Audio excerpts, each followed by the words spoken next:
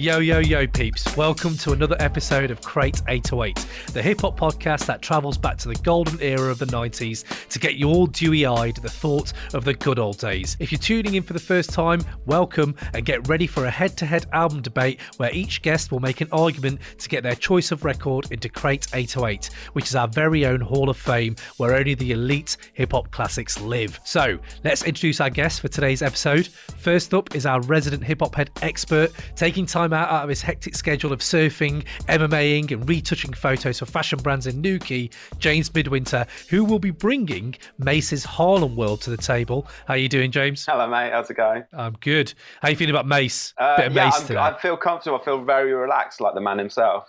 He was very relaxed. I can't help but think that your listeners, when they see that Mase is out there sitting there going, what the fuck is this bloke doing bringing this album? And I love that. I absolutely love it. And that's why I love this being here.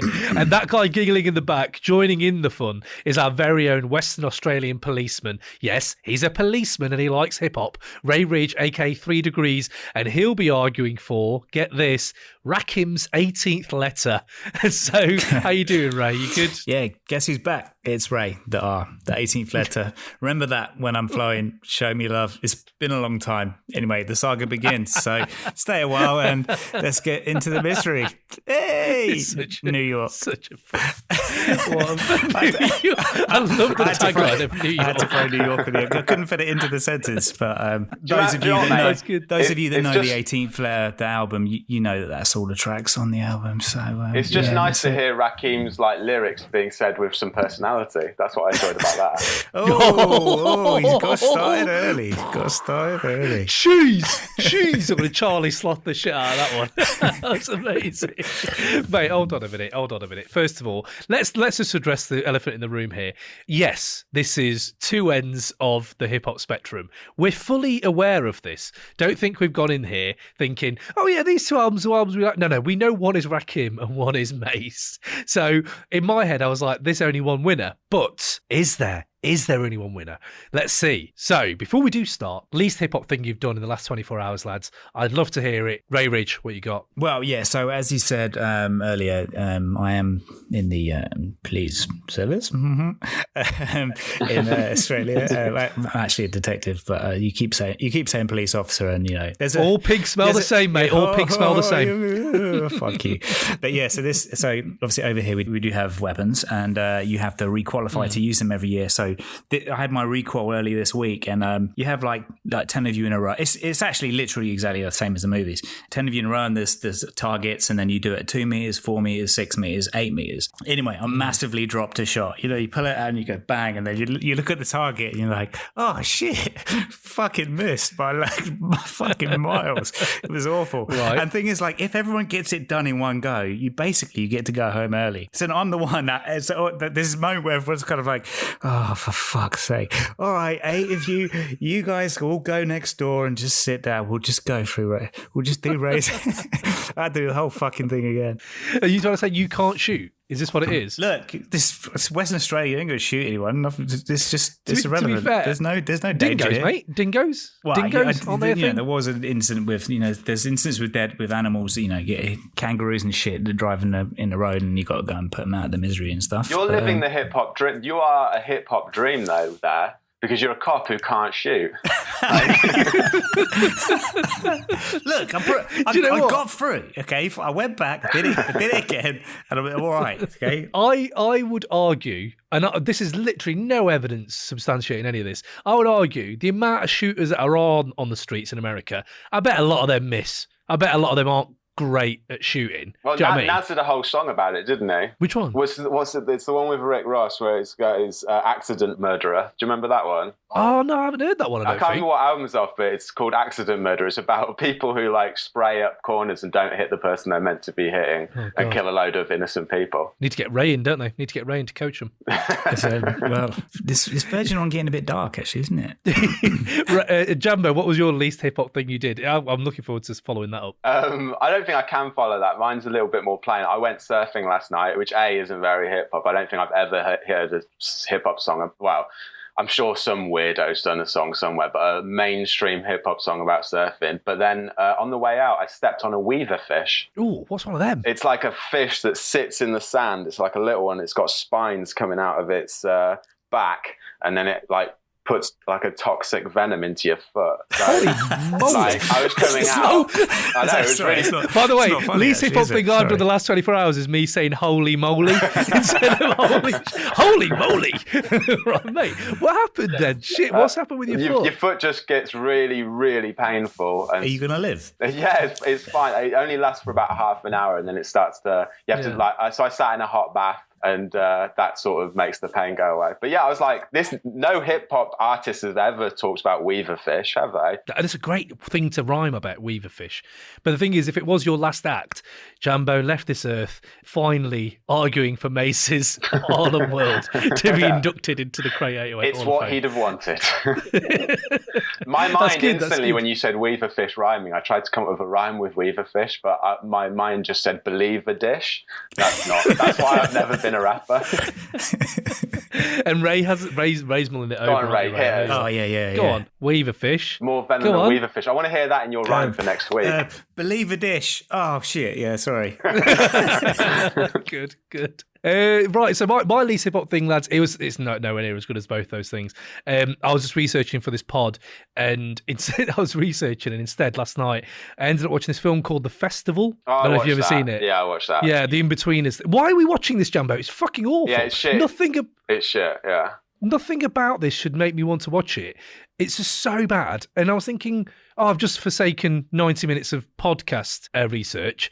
So to make up for it, I decided to crack on with the research again, and then ended up going on YouTube and we're just watching loads of like the history of grime YouTube videos. And I was like, why the fuck am I doing this? I did think that's very least hip hop thing to not concentrate on what you're supposed to do. But then I remember Jay Electronica, and I thought, that man has never ever had the concentration to release anything over a long period of time. So my least hip hop thing was that, lads. So it's not as good as your You two. procrastinated. You procrastinated. Another good word. Another good word for rhyming. Yeah, no, I'm not going to try. Who's rhymed the best word? Okay. So, anyway, lads, let's get on with it. We're going to crack on, and we're going to start with Mace's Harlem World. Let's go.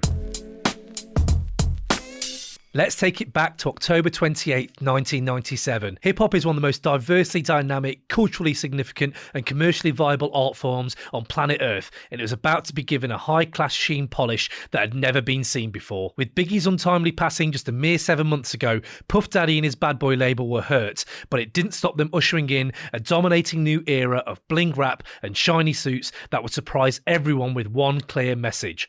East, West, every state, come on, bury the hate, millions the only thing we're in a hurry to make. And how would they start this dominance? By introducing a new MC from Harlem that kept a gap by his genitals and who would deliver one of the flashiest, big-budget blockbuster albums of the age, Harlem World.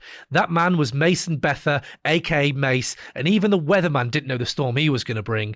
Boasting about money, cars and jewels, whilst not understanding people with short money, Mase at the same time exclaimed that he wasn't discriminating, even thugs would be killed on his watch.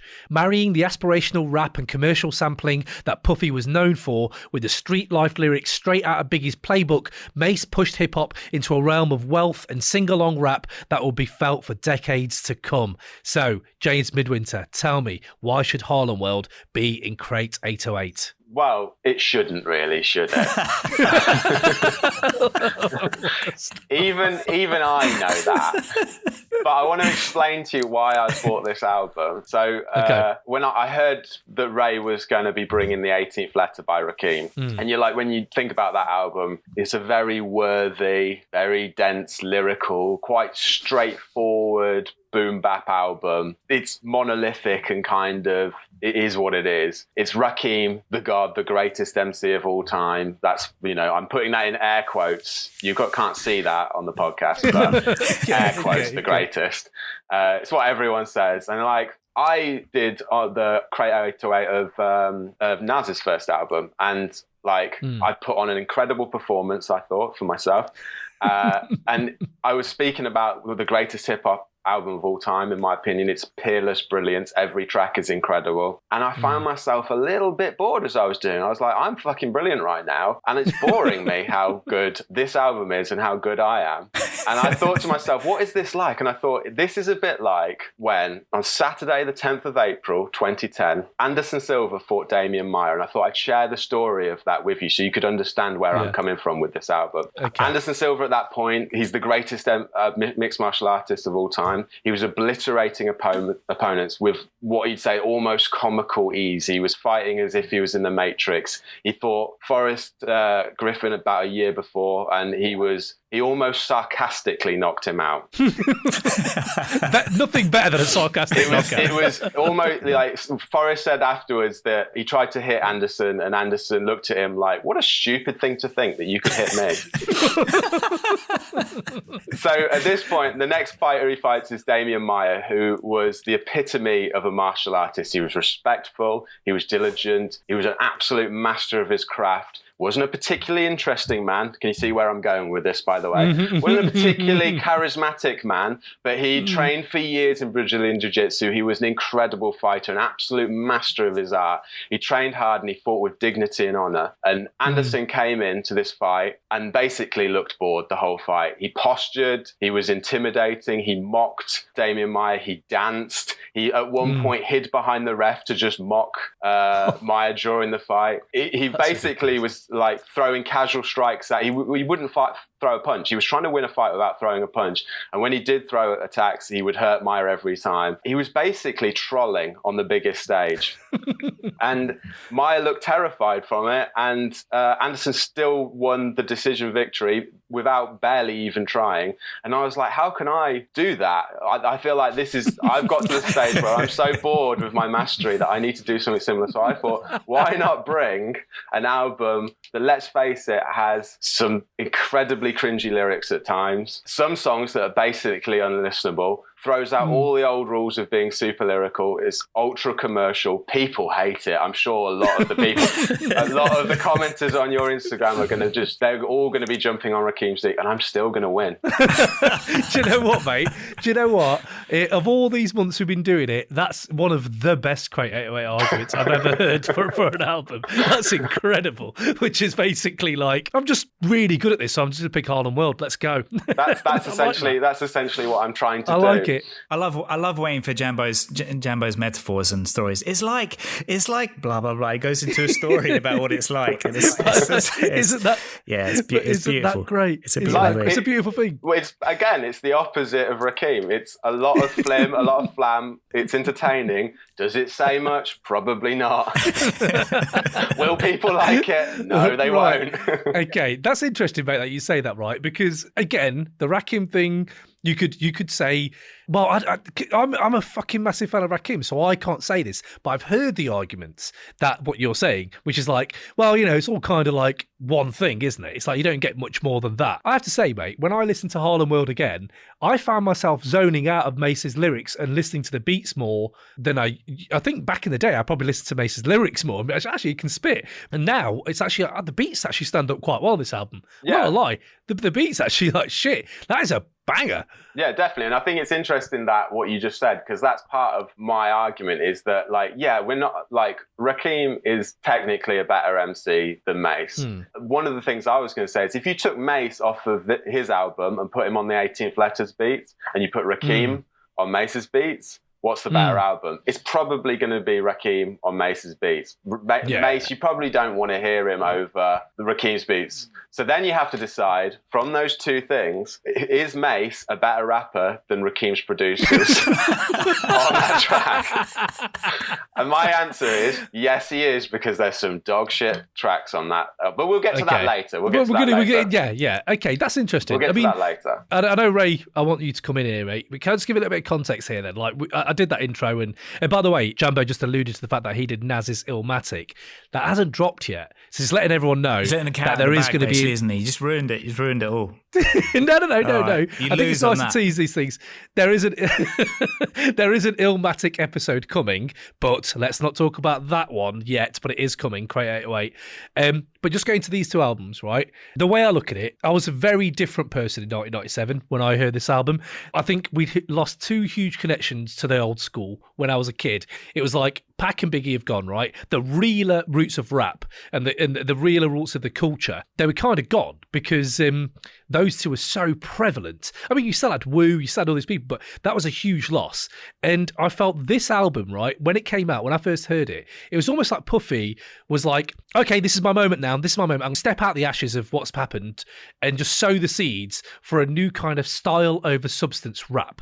And that was peak Blink era. Like, it was a short-lived Blink era when we look back, but this album stands up out of that Blink era, and it's like the residual effects of this Blink era are very much around today. And Puffy and Mase bought that. Like, listen to Pusha T, listen to Drake, listen to the ethos of Migos, right? When Migos talk, they're the epitome of Blink era, and they don't talk about anything really. But the way Mase, when he did it, I feel he had one foot in the street. He was still very gutter. And I think that Migos still do that. And I feel like, wow, Harlem World's influence is still there. Ray, what are you saying, Ray, to Harlem World? Come on, mate, bring it. That's the thing with this, the Harlem World. So it is very of that era, of that 97, like you say, the bling rap. And it kind of follows on from, so Mo Money, Mo Problems, that track. Obviously, it's got B.I.G. on it, so, massive tune. And like, there's tunes on this. It feels so good, isn't it? That it just feels like a follow on from that. It's the same vibe. When we talk about all these albums we bring up on Crate 808, there's one of the big, like the downside of every album we've spoken about is like when someone tries to get, a girl singing on the hook and they have to do some girl tune. And it's always kind of, it's a Hurricane G moment for the most part. Yeah. But like on this, like you can't listen to, like, feels so good. I mean, you do feel good when you listen. You can't not smile when you're listening to it. It is kind of like, it's just I'm upbeat so and glad funky. you said that, Ray. Yeah, I was waiting for you to hate on me. No, there's so much. I've got.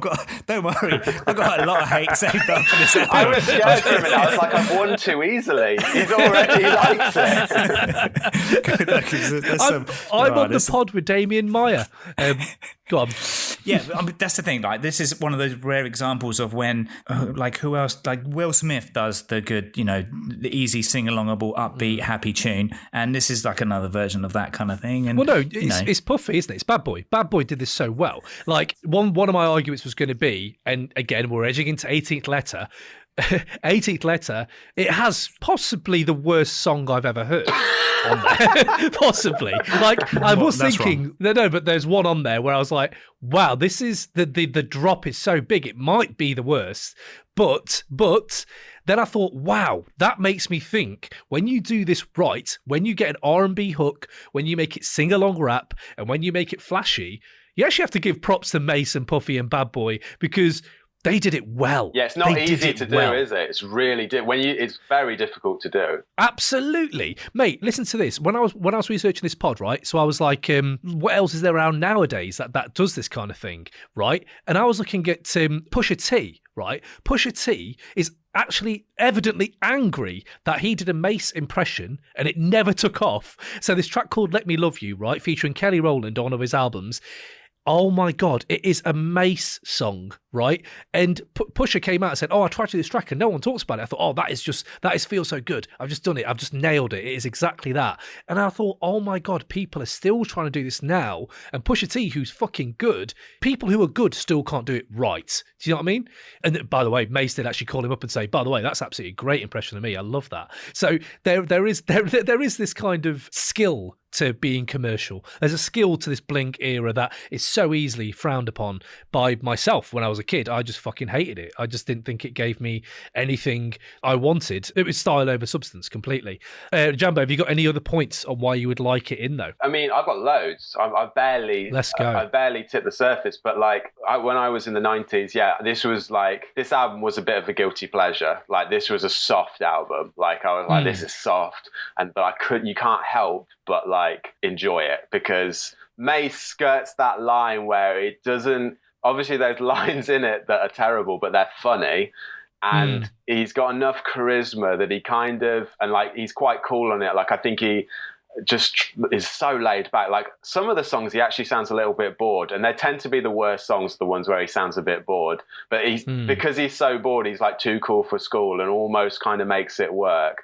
But yeah, like there's loads of moments in it where you're like, you're quite a smart bloke, Mase. Like there's little bits in there where like please enlighten us on those. Yeah, all right. So you're quite smart. Okay, yeah, I'll give you a couple of bits. So like I want to talk in depth about 24 Hours to Live, but I will say 24 Hours to Live, which is one the greatest posse cut of all time in my opinion. It's got so much like in it. Wait, the greatest or greatest one of? posse cut of all time. I thought about it being one of, but then I was like, no, it's ridiculously good. It's got so much content in it. It's got so many good rappers. It's got so many good verses. It's hilarious. It's dark. It's got everything going. I will explain why it's the best. Don't you worry. I've got a whole A4 piece of paper here with me breaking down 24 Hours to Live. So I'm ready to go into 24 Hours to Live. This is an amazing moment. It would be boring if I said it's one of the best. Who's going to do that? It's the best. But like my point, you lead the way. No, I won't go in straight away on that. But what I will say is on that track, Mase, everyone is coming super hard on that track. So on that track, we've got Mase, Jadakiss, Black Rob, Sheik Louch, Styles P. Is it Sheik Louch? Oh, yeah. God. Sheik Louch, least hip hop thing I've done. It's unlike you to pronounce a rapper's name wrong, Cam. I do this a lot. I have a Crate 808 bingo card when I listen to the episodes, and one of them is you saying Kanye. Kanye. It's Kanye. Right, Styles, DMX, Styles P and DMX on here as well, right? Yeah. So let's just everyone know that is a hard fucking lineup. Like you see that lineup on the track list, you're like, well, okay, I'm ready. I'm ready for what this is going to be. Black Rob, bro. Come on. So the reason I'm saying Mase is quite clever is on this, he's got a load of rappers that are way harder than him, way more lyrical, way fiercer. He doesn't go in and try, like on other tracks, you see Mace's like more gangster side where he's trying to be more thuggish. On this, he just flips it and he actually gets it a little bit wrong because the whole the idea of the song is what would you do if you had 24 hours to live? And he seems to have read the brief wrong, which it makes sense because he's Mase. But like he's sort of doing it if I ruled the world type thing where he's going, I go into the ghetto and I teach kids how to manage their finances and take posh white kids around and like and it's very sweet and quite nice. And that's quite smart to not try and like be on their level. And he comes off as standing out. He stands out from the crowd because of that. And then there's stuff like, so on looking at Why You Over There Looking at Me, that track, which has a Neptune's beat, which again is smart. He's got like these producers who are way before their time, and he's got like DMX on before he blew up and stuff. He's quite, there's an undertone on this album that is very Rough Riders. Yeah, and that was amazing. Dame Grease does a track, Neptune's obviously on there, but like you have DMX is all over it, and you think, hold on, DMX is on 2 tracks on this, right? And that surprised me. But then if you look at where he's from, sorry to interrupt your argument, he does come from Children of the Corn, doesn't he? Yeah, so Children of the Corn is, Big L, Cameron, and Mase were a crew. So he does have that gutter side. I just think that Puffy just had a word with him, and Puffy's just been like, right, I'm going to switch it all up and let's going to sell some records.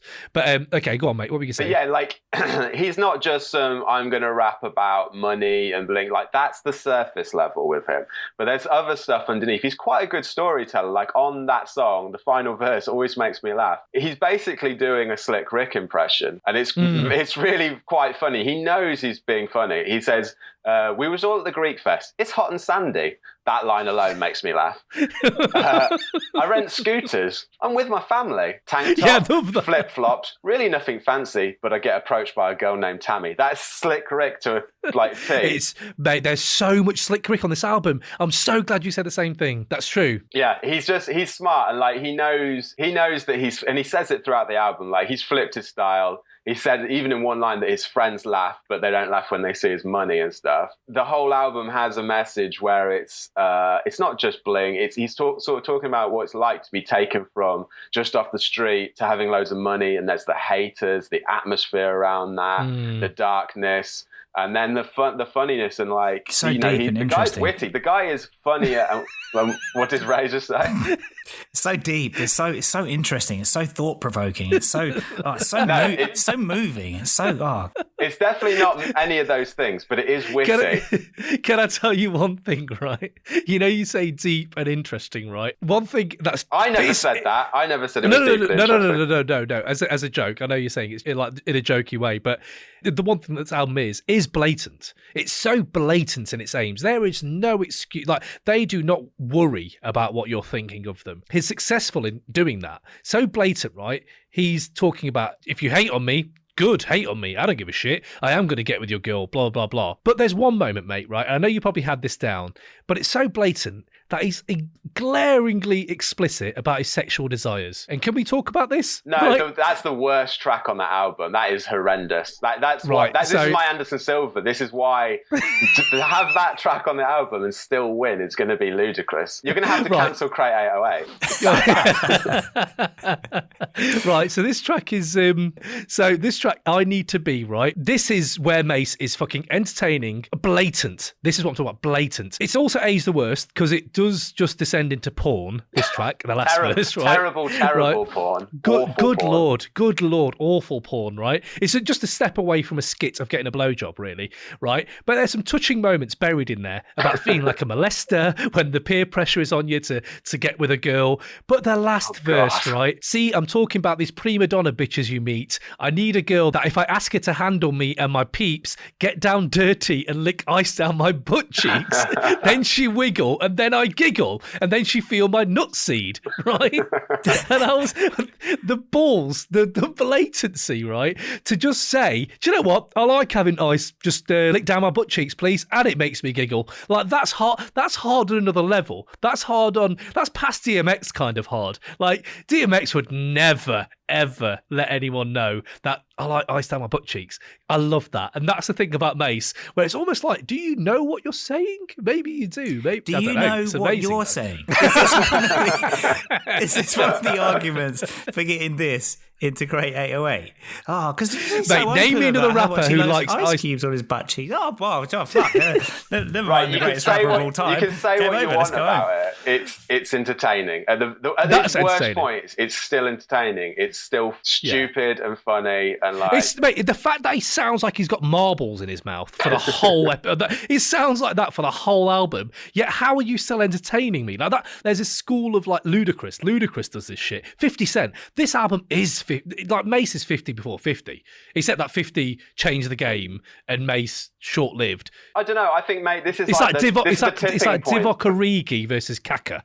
It's like that. Do you know what I mean? Like, it is like, oh, one guy's changed the game for like a minute, but like 50 did it for a long time. But I do think I think this changed the game. 50 was the end of this. To me... No, but 50 moved it on. 50 moved it on after this. To me, this moved the game on more than 50 Cent, definitely. Like, that's like... 50 Cent's the end of this. Without this, you don't get any of that. None of that happens. That's true. That's true. This does lay the groundwork for 50, but I think 50 took it and made it even bigger in the fact that he crossed coasts with this shit. He got game involved, G Unit, all that stuff. That I think that became very, very prevalent, more so than Mace's impact. But hip hop was getting bigger. Was bigger at that point than it was in 1997. Anyway, that's true. So it's got an easier playing field. But anyway, like that's beside the point. Like, true. I think generally, like, I mean, I'd be interested to know what you guys thought of like "Take What's Yours" featuring DMX. That tune, do you like mate? That? Oh my god, that track. Ray, go for it. So Ray. "Take What's Yours." I'm just trying to remember. Is that the one where he is only on the hook? Yeah, DMX is only on the hook. Did you enjoy that tune? This is what I find is like, I don't understand. I don't want to hear DMX on a hook. I want to hear him on a verse. This is what DMX does best. Is like, and that's why on that 24 Hours to Live, DMX always goes last because he's the one you look forward to, and then he kills it, kind of thing. And incidentally, when you said that was one of the greatest posse cuts of all time, you were incorrect. We've already covered this before. En's done started something on "It's Dark and Hell Is Hot" was the greatest. And then When We Ride from All Eyes on Me, that's also better than that. Stranded on Death Row from The Chronic is also better. But anyway, we're not talking about greatest posse cuts of all time because I've already Banned from TV, by the way, might be in there for me as well. But anyway, the list goes on. You know how I said I was going to win this easily? Another way I was going to win this easily is that I read a Shea Serrano article, and I know Cam loves Shea Serrano, so I was like, I'm really sucking up easily with it. Life lessons from Mace's Harlem World. I also read the same thing, mate. It's fucking great. I love the bit when he talks on Take What's Yours, the song with DMX, where he says, Shea Serrano says, quotes the lyric, "Keep a gap by my genitals, thugs love me." And then he goes on to say, "The problem I was having before I listened to Harlem World was that thugs liked me, but they didn't love me. And then after I heard this song, I knew what the problem was. I had 0 guns by my penis." And that's why Shea Serrano's great. But mate, going back to what you said about Take What's Yours, right? I know Ray just said there he wants DMX not on the hook. Yeah. I mean, we all do. Yeah, oh, absolutely. But one thing about Take What's Yours, right? The fact that on the same album you got Will They Die For You, which is the Get At Me Dog beat, right? Yeah. Like, listen to Will They Die For You, but Rough Riders haven't come out yet. That's what absolutely blows my mind. Like, oh my God, so this is just the Dame Grease Get At Me Dog beat, but did Dame Grease copy that or did he give it to them first? Either way, right, that really it's like a remix, weird. Isn't it? It's like a comedy remix of Get At Me Dog. But before the best one's out. But Dame Grease produced Ends Wanna Act, right? So anyway, either way, Take What's Yours, right? This beat, right? This is an all-time bad boy banger. Yeah. Like, when they nail this, when Puffy and his team nailed this, they were potent as fuck. Biggie, when they did it with Biggie, Who Shot You, all that shit, they fucking killed it. They could mix like grimy, polished, menacing lyrics and just feel with infectious beats that would just bump on every system. Play this on your system, play it in your whip, mate. Puffy is genius. And that's when you realise when you crystallise Puffy into something like Take What's Yours, that is a fucking banger. I don't even think it's my favourite track on here though. Like, I do think my favourite track on this album is Ends Wanna Act. Buster on that hook. Yeah, that's good, isn't it? The way they fade him in, they don't even start with him. Mase starts the hook and Buster gets faded in, then faded out with a wow, you know, his Dungeon Dragon shit. Mate, that is some good production, genuinely. I know what Ray's thinking. Just don't do that and just have Buster do the whole song. I know I like Buster on the hook. I just find it weird. I just imagine like Busta Rhymes and DMX meeting up like in the elevator being like, "Oh yeah, I'm getting on a tune as well. Yeah, I got a verse prepped for it. Yeah, great. Oh yes, have I? Yeah, cool. And then you compare verses and like, oh yeah, it's going to be good to get on, you know, the Puffy album, blah, blah, the whole thing. And then he gets to the studio and Mase is like, all right, you guys are on the hook. No verse for you, just the hook. And both of their faces going, oh, okay, mate. I think they might be up. I think they might be all right. That person. No, they turned up and they saw the God dropping a verse, Mase dropping the first, second, and third, and they were like, "I'm out." I'm out. The fact that you've called him the God is even more hurtful, mate. Right? So I like in Will They Die? Even in like, I hate Lil' Kim, but on Will They Die For You, she brings a good verse. I love the bit when she's like, "Lil' Kim spread like syphilis. You think I'm pussy? I dare you to stick your dick in this." That's a hot line. Oh, yeah. That is a hot line. Mate, there we go. Ray, little wincy face, from Ray. It's not Mase though, is it? So don't worry about it. It's fine. You know, you do a little screw face. Mase he does a little screw face over Lil' Kim. I can't believe that. And then like even Puffy's verse on it's awful, but it's still funny when he's. I don't know why this makes me laugh. I'll see what you think. And when I say we won't quit, believe this shit. When I talk about a Benz, let you see the 6. And when I'm talking to a hoe, let you meet my bitch. I don't know why that makes me laugh. It's just really weird. Come and meet my bitch. There are a lot of lyrics on here that make me laugh. I did list a few, like rank some of my favourite bars going in here. If you want to hear these, yeah, hit me. First of all, just going back to what we said about like Mase being very gutter, being very ghetto, and then on Looking at Me, right? He starts off that whole track is full of fucking gold. Just listen to Looking at Me, right? I was murder, P. Diddy made me pretty, did it for the money, now can you get with me, right? So Diddy has named you pretty, right? If someone I work for, right, I'm an employee, has named me pretty, I'd be worried straight away, right? You went from murder to pretty. That's, first of all, it's classic Puffy, to just cater to this capitalistic character. It's pre-hashtag Me Too, isn't it? That is. It really is, right? And then also on Looking at Me, right, Puff didn't tell me, so that's it. So there's a girl who goes on there, didn't she? And he's impersonating the girl where he says, Puff didn't tell you about me, the girl with no panties? Do you know how many girls we meet no panties? And I was like, you've rhymed the same word. It's not really a lyric. You've just told me something. It's like your mate telling me something. There's another one of those in there. I like when he says, yo, I can't get mad because you look at me. Because on the real, look at me. Yeah, oh mate, that's one of my lines. I've got that down as well. That is a good fucking line, mate. Yeah. I can't get mad because you look at me. That's witty. He's witty. He's not lyrical, but he's witty. He is witty. There's also, in Looking at Me, mate, you know, we talked about timekeeping on 24 Hours to Live. Yeah. Timekeeping here is suspect. Tell her and her 4 friends to meet me at 10, but then if you're going to hit me, it's going to have to be a quickie. So I was like, okay, right. So he has to meet them. Like, just listen to Looking at Me. And the way he goes in on timekeeping, on how he's going to fuck loads of women. You're not going to. One of them's just going to be a DVD and a Chinese.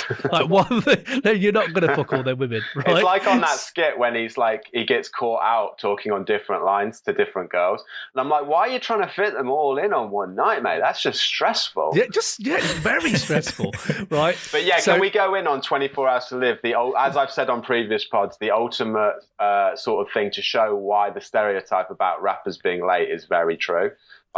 Could I just list 2-3 more of my favourite lyrics? Yeah, sorry, wrap mate. it all in this one. Yeah, no, it's fine. No, but we will. We need to go in 24 I'm being hours like that guy in definitely. Alan Partridge who keeps like taking Alan's job from him. No, mate. No, I like it. We'll do it for your pod. I'm joking. Other lines are great that I really came out to me. I knock my own shit like I'm on my own dick. Love that. So Yeah, very like blatant that. for his own love of himself, right? He could write a book on how to love himself, by the way. It's just perfect. Also, mate, you know, you said about, you know, I can't get mad at you because you look at me, because really look at me. The fucking hook is called Why Are You Looking at Me? So you're rendering the whole hook pointless because you're saying, oh no, because look at me, I understand now.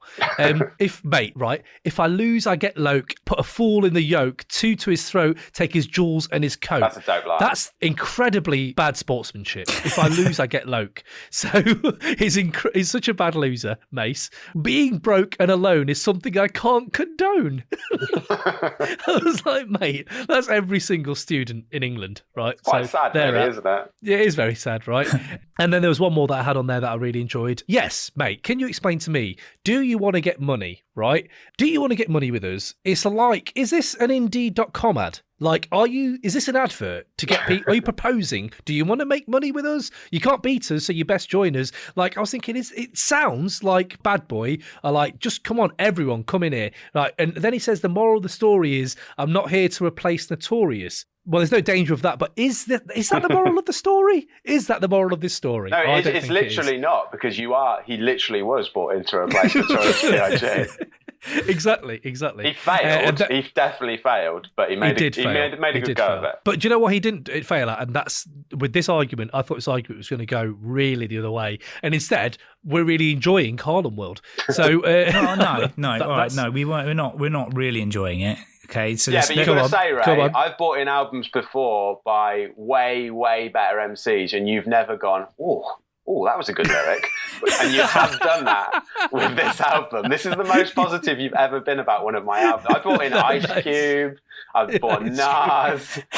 Yeah, it's true. You bought All Eyes on Me as well. Yeah, All Eyes on Me. And you never once went, that was sick lyric. Wait. I never said there was any of Mace's was sick lyrics. That's not. Wait. Rewind. You said Little Kim was to me. Look, I said it's enjoyable. Like, you know, you can't help but smile listening to it because, you know, it's basic and it's an easy listen. But like, you know, it's just one verse That's where the most positive he talks about, he mentions Lex as in Alexis like 3 times in the same verse. It's all that kind of content. It's just like, Jesus fucking Christ. It's just kind of. But would you rather have that, or would you rather have stars, space, and God? Like, would you? Yeah. Like, what I'm saying is, there's an audience for both, isn't there? I don't think there's going to be many people who like this who are going to like stars, space, and God. No, I mean, you know what I mean? There's space for both. But I'm just let's not miss. Look, we're not talking about the Hurricane G moments and the age the worst stuff. That's That's the longest Let's list. go. That Let's I go. have, No, that we I have need to on do this. 24 That hours. should have been. We need to do That should have 24 been hours. most. You keep going back to 24 Hours to Live because it's the only good track on there. Let's talk about 24 Hours to Live again. Did I say about 24 Hours? Oh, it's a great. Oh, it's the greatest. It's the greatest. 24 Hours to Live. Yeah, let's go back to that again. One more time. Okay. Tell you what. Right, you've got your Hurricane G moments. You've got your Age the Worst. We're going to get to the categories, but can we just talk about 24 Hours to Live and let's hold it for Ray? Can we hold it, Ray? Can you hold your anger? You can enjoy this one. Let the positivity flow out of you. Yeah, for this let it wash over you. track. Let it wash over you like The hate, ice and then cubes. be like Anderson and just slip some of your punches. So yeah, like essentially, Puffy at the start of the track comes up with this concept. Let's talk about what would you do if you had 24 hours to live. I love the fact that Mase comes in straight away, and his first line goes off brief straight away. He says, yo, I turn out all the hoes that's heterosexual. That's going to take you more than 24 hours, mate. Yeah, You've blown it straight away. Yeah. You're not doing that. That always You're not makes me going laugh. for And then every rapper gets more and more ridiculous after that. I like Jadakiss. I always thought Jadakiss says something like, he's quite chilled and like quite normal. Like his ambitions are quite realistic. He sells a bit of dope in the verse. He kills a few people. He gets a haircut. I've got it written down here. He eats some fried chicken and has some juice. Yeah. Gets a jar of weed, leaves his mum some money to look after his kid. He goes to kill someone who sold him flour instead of Coke. Fine. Gets a haircut, calls up his mates, does a little shopping, plays some basketball, and then his favourite line, which I'm sure you've got there. And I'm going to play some lotto for what? Even though I ain't going to be here tomorrow. So what? It's a brilliant line. But in the middle of that, I did notice that Jada went, I'm marking this like a teacher. He goes a bit off topic and he wastes a lot of time getting all of his bitches to go to one hotel and then lay them out all on different floors. I'm like, why are you doing that? It's going to take you fucking ages. You're never going to fit it all in. He also, I always thought he said, one of the lyrics is, go get a jar from Branson, saying he's going to get some weed and like Coke. I always thought it said, go get a job from Branson, thinking it was Richard Branson. I was like, that's going to take you fucking ages, mate. That's going to take you ages. That's not 24 hours, dog. He's got a waiting list. I love that.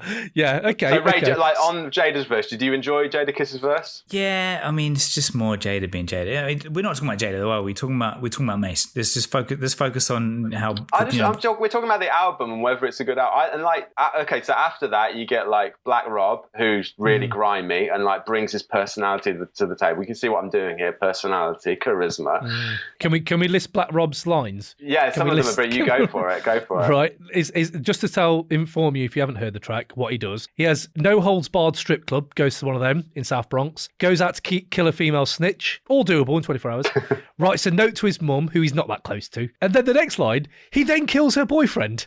I love that. I was thinking, you've written her a note, then you've killed her boyfriend, then sniffs an ounce of raw and pisses on his floor. Extremely bitter 24 hours he's having. Then he kills some people he's been after since the 80s, and then he has an ice cold shower and spends the last few hours with his kids. Very realistic. So, I think he wins the award for most doable, like 24 They're hours. He gets an A for me for fulfilling the brief. Definitely. The others don't so much. And you got like Chic Luke. They all get crazier and crazier, and like then you end up with DMX, who's just the wildest of the lot. And DMX is amazing, though. Did you enjoy DMX on it, Ray? Yeah. You don't not enjoy it, DMX. Come on. DMX is amazing. Let's go through these. Sheet Luch, right? Kill some people who did him wrong and shortchanged him. They're all fucking about revenge. That's 24 hours, man. Live a little. Do you know what I mean? They all turn into like suicide bombers, pretty much, don't they? Wait, that's what Sheet Luch does. Then he robs a bank, but when he robs the bank, he fucks the bank teller in the safe to make a child. Right?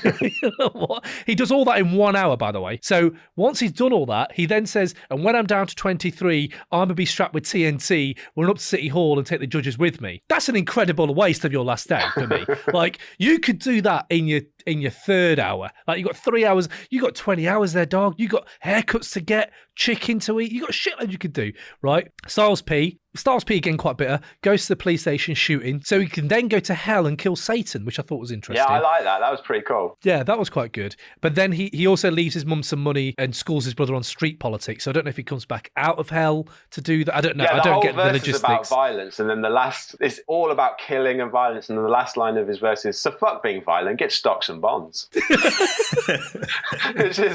It's a sudden change right at the end. Yeah. I really enjoy it. It's quite funny. You're right. And then DMX's last one, just so everyone knows, kills a lot of people getting killed. Makes up with his mum. That's good. I like that. But then blows up Wall Street. C4 up under the coat, snatch up my dog, turn like 3 buildings on Wall Street into a fog. Out with a bang, you'll remember my name. I want it to live forever, but this wasn't fame. And then I realised, does he mean his dog like his actual dog? Because if he's taking his dog with the C4 to blow up Wall Street, that's out of order. Like, that dog's got loads of time to live. You're coming with me, years. Boomer. You're coming with me. Do you know what I mean? It's like, that's a lot. It's what Boomer would have wanted. He hated Wall Street. He hated it. But right, so you're saying that's in your top 5 all-time posses, top 10, top 20? What is it? What, this one on the Mase album? I honestly 21st can't believe we're still talking about it. It's not even that. It's not even that. It's generally it's like it's one of the highlights on the album, but that's not saying much. So if we're going to age the worst, I can't believe how long we've been talking about 24 hours. We keep coming back to it. I'm like, I just drifted off and I come back like, all right, they're still talking about it. Fucking hell, all right. Shit. All right, okay. So, I can't wait till we're talking about one of the 18th letter tracks in so much detail as this. I can't wait. Right, Jumbo, as it's your argument, tell me what you think has aged the worst on this track for you. Mace's career? Mace's career's aged quite badly. Went off. This was a one-off. It went terrible after this. Yeah, at the end, I was going to say Jealous Guy, which I thought is one of the worst songs I've ever heard at the end. I've got it down. Here as well. It's like Biggie does it. They're sort of basically doing Biggie, because Biggie does like a song on one of his albums where he's just singing. Player Hater. But then I thought, that's terrible. That must have aged the worst. And I was like, well, what if you put auto-tune on it? That's going to sound right up to date right now. They're going to sound great. It's going to be an amazing song. Don't tell me that, mate. Don't, because someone out there, if when this podcast gets bigger, I think, and they've got masses of fans, and I want one of them to go and auto-tune this song and turn it into a jam. Mate, I'm sorry, I can't stick with you on that one, mate. Like, Jealous Guy. First thing, Player Hater on Biggie's album, right? Oh, I like that because it got me really into Delphonics. Like, it's shit, but it's just them taking the piss. At least I got something out of it. I was like, oh shit, and it shows really their influences and what they're listening to. It's not a great version. Exactly. So there's that kind of element to it, and I actually don't mind. I don't skip it. This 6 minutes in joke that they have, right? Cam, are you trying to say that 112 aren't as good as the Delphonics? Weird. First of all, Slim's voice on 112. He's also on the Jealous Guy, right? No, he's also on Cheat on You, right? Yeah, which again is a song that's not there. It's not saved by I hate that song, but Jay-Z's on it, so it makes it a bit better. Yeah, a little bit. Yeah. It's just awful. It ain't your pencil, it's how you write your name. Good Lord, mate. But Jealous Guy, just an in-joke that does not work, and it goes on for too long. Fuck that. No, don't want it. Even with the auto-tune, I'm sorry, mate. Yeah, I'm with you. It has aged the worst, but in the future, when this podcast gets bigger and all your super fans come in and auto-tune this and turn it into a jam, we can retrospectively go back and say I was right. What are you saying then, Ray? What's aged the worst? What you're saying is that if someone changes it and makes it better, then it's good. So it's just irrelevant. They just didn't have auto-tune. They just didn't have it at that point, and they were ahead of their time. Yeah. Well, there you go. That's one argument. By the way, to all the people, the really very serious people on the Instagram comments of Creator, the very serious people, I'm joking here. I am joking. I was going to say, we're going to lose so many followers. Ray, did you have any other age the worst things? Come on, this is your moment. This is your moment. It's just listening to Puffy talk. It's just, you're just like, I've got an argument for that, why that's okay as well, if you want. Oh, of course you have. Yeah, brilliant. Let's hear it. Puff Daddy is the perfect point between the old school. He's doing something that is actually like really hip hop. The whole like chanting, he's like an old school MC on it with what he's saying. He's not actually, he's sort of being a hype man kind of thing. That's super hip hop. Just because you don't like Puffy. It's almost like someone's dad on it, basically. It's just what he says, it's not, he's not quite with it enough. It's like he's like the old guy in the club that shouldn't really be there kind of thing. Like, listen to his opening on Will They Die For You. That sounds very much like Yadar. Like, it's all right, what's that? I don't get why you're like, I do get it, but also his ego is obviously so big, he just wants to be on everything. So my Hurricane G moment for this whole, and there's I could have gone so many different places, but I have to say Puffy probably is like, just just don't do the ad-libs. The only ad-lib that he does is good is at the end of the Play Away, where he says, no more beefing, it's all about making money together and shit like that. And that is, again, kind of personifies where this album is. They're fed up of the Pac, Biggie bullshit. They just want to make money. And I was like, okay, that kind of is where hip-hop went afterwards as well. But Puffy, for me, is Hurricane G on here as well. Apart from his beats are incredible. But yeah, him on the mic, no thank you. Yeah. Have you got any Hurricane G moments there, Jambo? Yeah, there are some. Hold on. I hate the first song of the album. Like, I don't like it. And it has a lyric that just, I'm always like, it's not funny. It's just terrible. Figure once I make it, they'll fake it. And ain't nobody show me love when I was naked. Actually, to be fair, it is funny. Again, I can't help it. I keep trying to throw out bad things, and they're actually funny when you say them. That's a lie, though. Like, when he was born, I don't think anyone was like, no, not having that. Do you know what I mean? I think they all showed him some love. Yeah, there are a lot of bad moments. Like, some of the skits aren't they're just kind of crap versions of... Yeah. They're crap versions of notorious ones, but done a bit worse. But they are done as separate tracks rather than at the start of tracks where you have to listen to them. So that is one. You get a plus for that. Very pertinent. But mate, you say like Age the Worst, and you're putting skits in there. One of my Age the Best things, right, was the Watch Your Back interlude. It's actually really sinister. It is. Yeah. And Mase doesn't actually make himself sound hard on that. He just lets the threatening guy and the threatening phone call play out. And the 90s was so violent. Like, when you look back, the 90s is incredibly violent. And this is a pop album. This is like a pop album, really. And you're like, shit, like, people probably did call him like that. And he doesn't even go like, all right, he doesn't make it, there's no punchline to it. There's just this really sinister interlude, which actually makes you think, fuck, that could be on a DMX album. That could be on like a really horrorcore album. But it's on this album, which is really weird. Like, it's almost like they've taped a real phone call, which I don't think it is. But do you know what I mean? So I know the skits have been bad, but one of my Age the Best was that Watch Your Back interlude. My other Age the Best, apart from What Ends Wanna Act, is still the best thing on here. The Play Away, that actually sounds better than when I remember it. It's good, isn't it? I like that.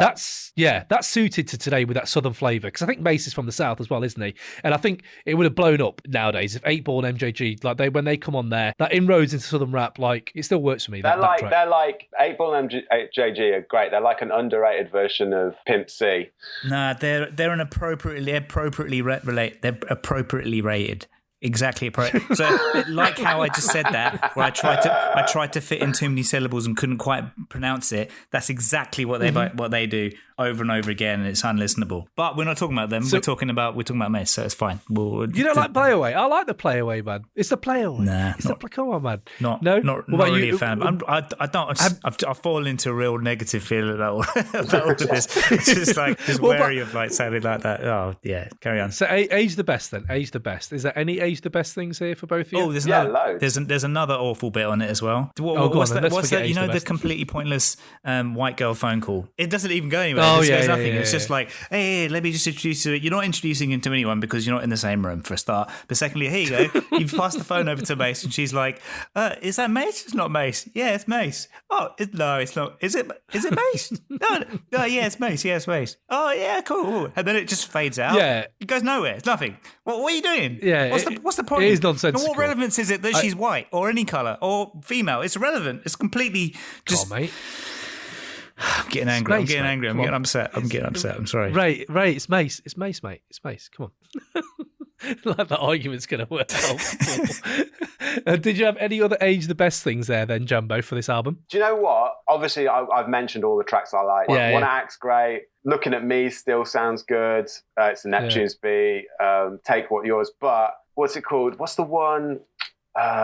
there's a song that's been covered recently, literally almost like a cover version. What You Want, Feels So Good. What You Want featuring Total. That got covered by some artist on Kanye's label, and it has Puff Daddy's son on it. I mean, it's a shit song, but the beat still sounds dope. It's a great beat. Like, it's a bit boring to me now, that. But yeah, I get you. I do get you. Like, there's a certain audience for it. Like when it comes on in the office, people still go, "Oh, banger." Yeah, the production on all this. You could have the production on like a lot of the songs on here, almost all of them, really, even the bad ones, sounds up to date, which can't be said about certain other albums we're going to be listening to. So if we're going into, for non-90s rappers, I had a few. What have you guys got? If you had to have a non-90s rapper on this project, who would you go for? Yeah, I got one. I mean, the easy one would be Drake. I mean, Yeah. I wouldn't want to hear. I mean, Drake's made about 2 verses that I've ever liked, but like he'd probably fit in well. I don't think I don't enjoy it. Yeah, that's what I a lot had. of people I've got probably Drake, would. but I wouldn't listen to it. That's what I've written. Yeah, that's exactly how I feel. Yeah, I've got Drake, and I would listen to it. That's weird. Yeah, well, I also have Big Sean. I think this is all prime Big Sean material. Yeah. Like, you can get him any of these. I don't think any of them could be on the Posse Cut, but I think they'd work there. But we talked earlier about him just being witty. I think to bring that wittiness out more, I'd have liked to see Luda on here, mate. Get that southern flavour from Mase. It obviously works on Play Away. Is Luda a modern rapper? Luda's non-90s, isn't he? No, he's Luda's non-90s, I suppose. I was thinking Yeah, modern. I'll go Luda non-90s, yeah. I didn't listen to The Brief like all the rappers on 24 Wait. Hours to Live. wait, what's your fantasy? Did that come out in? No, that was like 2000, I think. Was it? Oh shit! Googling. I was at university when that came out. I downloaded it on Kazaa or something like that. Yeah. It actually came out in 1999. Boom! Ray wins again and again and again. Fuck. Shit. I did not know that. Oh, wow. I didn't know Okay, that so either. Luda's not on there. Okay, But it would work. we'll You take- know, it's Kanye. yeah, it's taken a Kanye few would be- days, but yeah. Kanye would be good on this. No, Kanye. say it with me. Kanye. Kanye. No. Kanye. Yeah. Kanye. Kanye would also work on this. Yeah. Yes. I'd like to see him musically like do a beat on this and see where he would have gone. I think that'd be quite good. A wicked, like the samples on here are quite good. Puffy samples are always good.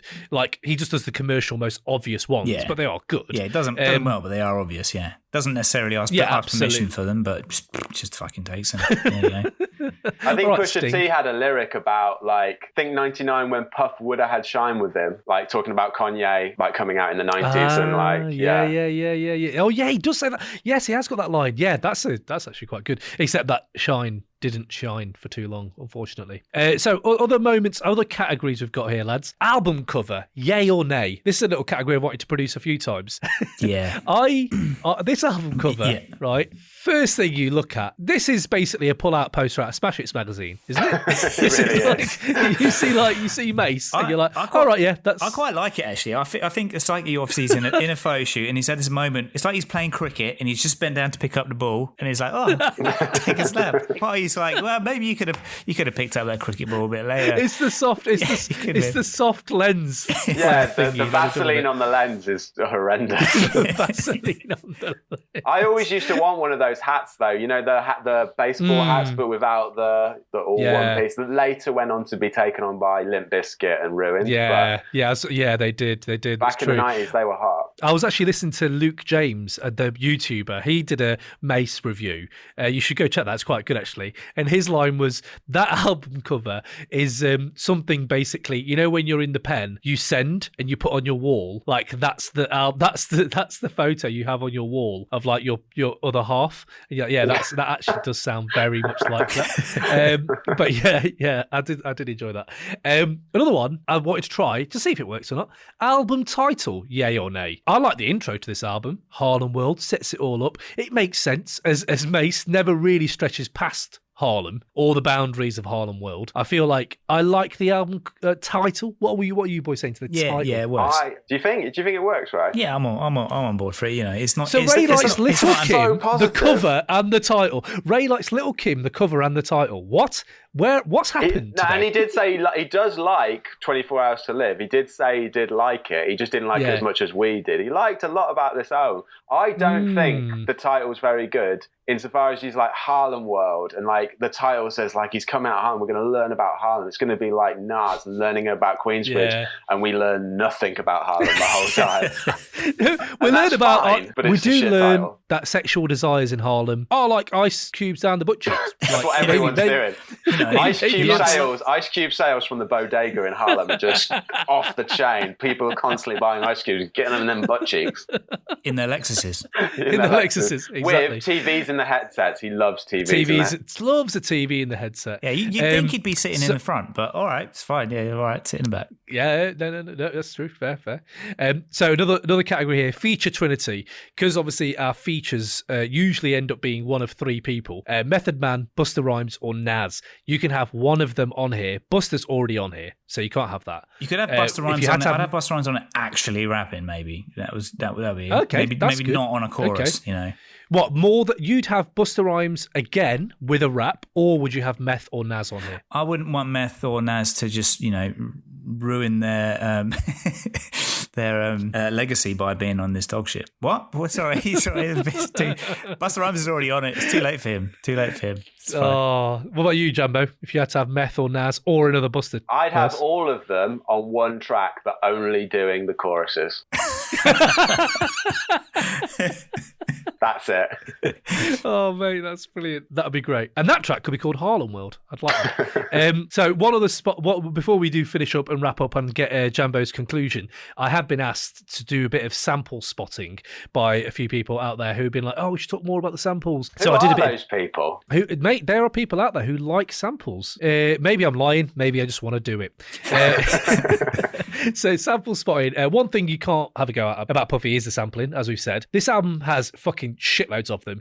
Do You Want to Get Money With Us, right? There's a sample on there. Peter Brown's Do You Want to Get Funky With Me is a dance floor killer with some epic horns, and I would say that is actually better than Do You Want to Get Money With Us. So check that one out. Cool the Gang's Hollywood Swinging, which is basically Feel So Good. Even though you think of Mase when you hear it, it's still a top-notch banger. And I would say there's one on here, lads. It is Harold Melvin and the Blue Notes are on here. They're shit, did they go platinum? They did, in a way, go platinum. They did actually go platinum. With Mase? Right, yes. But on the track, mate, the track's amazing, though. You actually genuinely would enjoy the track. The track is Hostage Part 1 and 2 from Reaching for the World album, right? And it's on, samples it on the Ends One Act with Buster on the hook. So it's that track. So, yes, those are your sample spots for the Harlem World album. So before we wrap it up, Jambo, have you got 30-second argument for why Harlem World should get into Crate 808? No, but I'll try. I forgot to do it. Brilliant. I forgot to write it. I'll try. Hold on then. I'm going to time this. Ready, steady, go. It might not be as lyrically dense and have as many props as Rakim does for being the best MC of all time, but this album is far more entertaining, far more fun, a much more enjoyable listen that drags even haters like Ray into its fold and makes them enjoy the feeling of just having fun, getting money, and having a laugh. Oh, okay. I like that's good. Succinct. That is you snapping your shin in half and having it hanging by a flap of skin, and then you try and plant the shit back on the mat again. That's what that is. Just to hit you with your fucking Anderson Silva bullshit with an Eminem lyric. Just to double slap you in the face. Fucking Harlem World bullshit. And with that, do you know what? I feel like in a way I failed a little bit because Ray actually liked the album. I was really hoping to make him madder than he was. When I made him mad on the Eminem thing by mentioning Kendrick, that was peak anger, and I feel like I'm never going to get that back, and it hurts me. Yeah, I think you're never going to see Ray as angry as on the Eminem debate. So please, if you want to hear a bit of a come on, guys, there's plenty more anger in there. Plenty more anger to go around. There's plenty more. So that was Harlem World, and next up we've got Rakim's 18th Letter. Boom. 1 2 1 2, you know what it is. This your man SKYZOO Skyzoo, live out the borough, and this is the Crate 808 podcast. Make sure you subscribe, rate, review, and most importantly, share that love and put your peoples on. Crate 808, one time. So next up, before we get into 18th Letter, we do a hip-hop quotable quiz. Any of the regulars who listen to the pod know about this. We go into the vaults of the Source magazine and their hip-hop quotables they used to have every month. And I'm going to try to spit and butcher a verse. And these two are going to try to buzz in and try to guess the rapper, the track, the album, and the year if they can.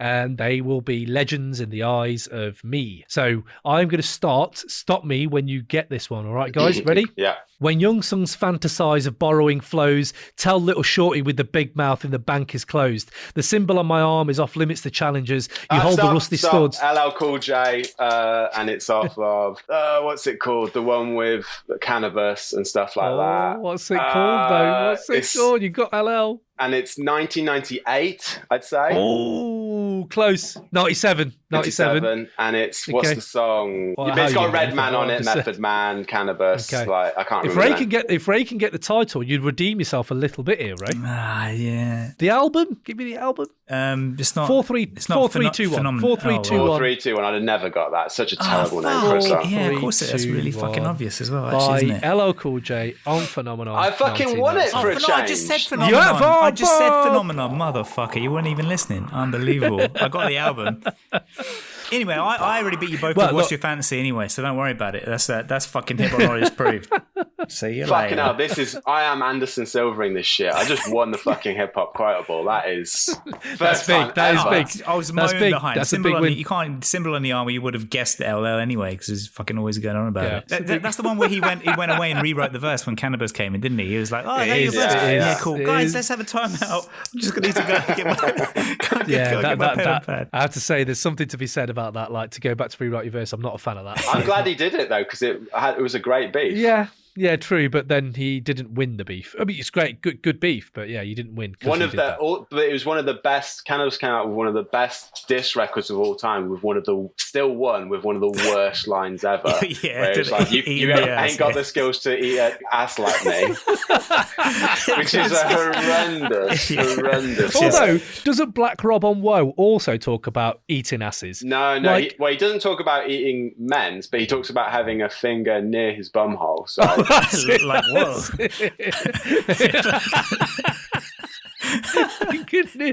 Finger near the asshole, like, whoa. Woe is an underrated 90s banger.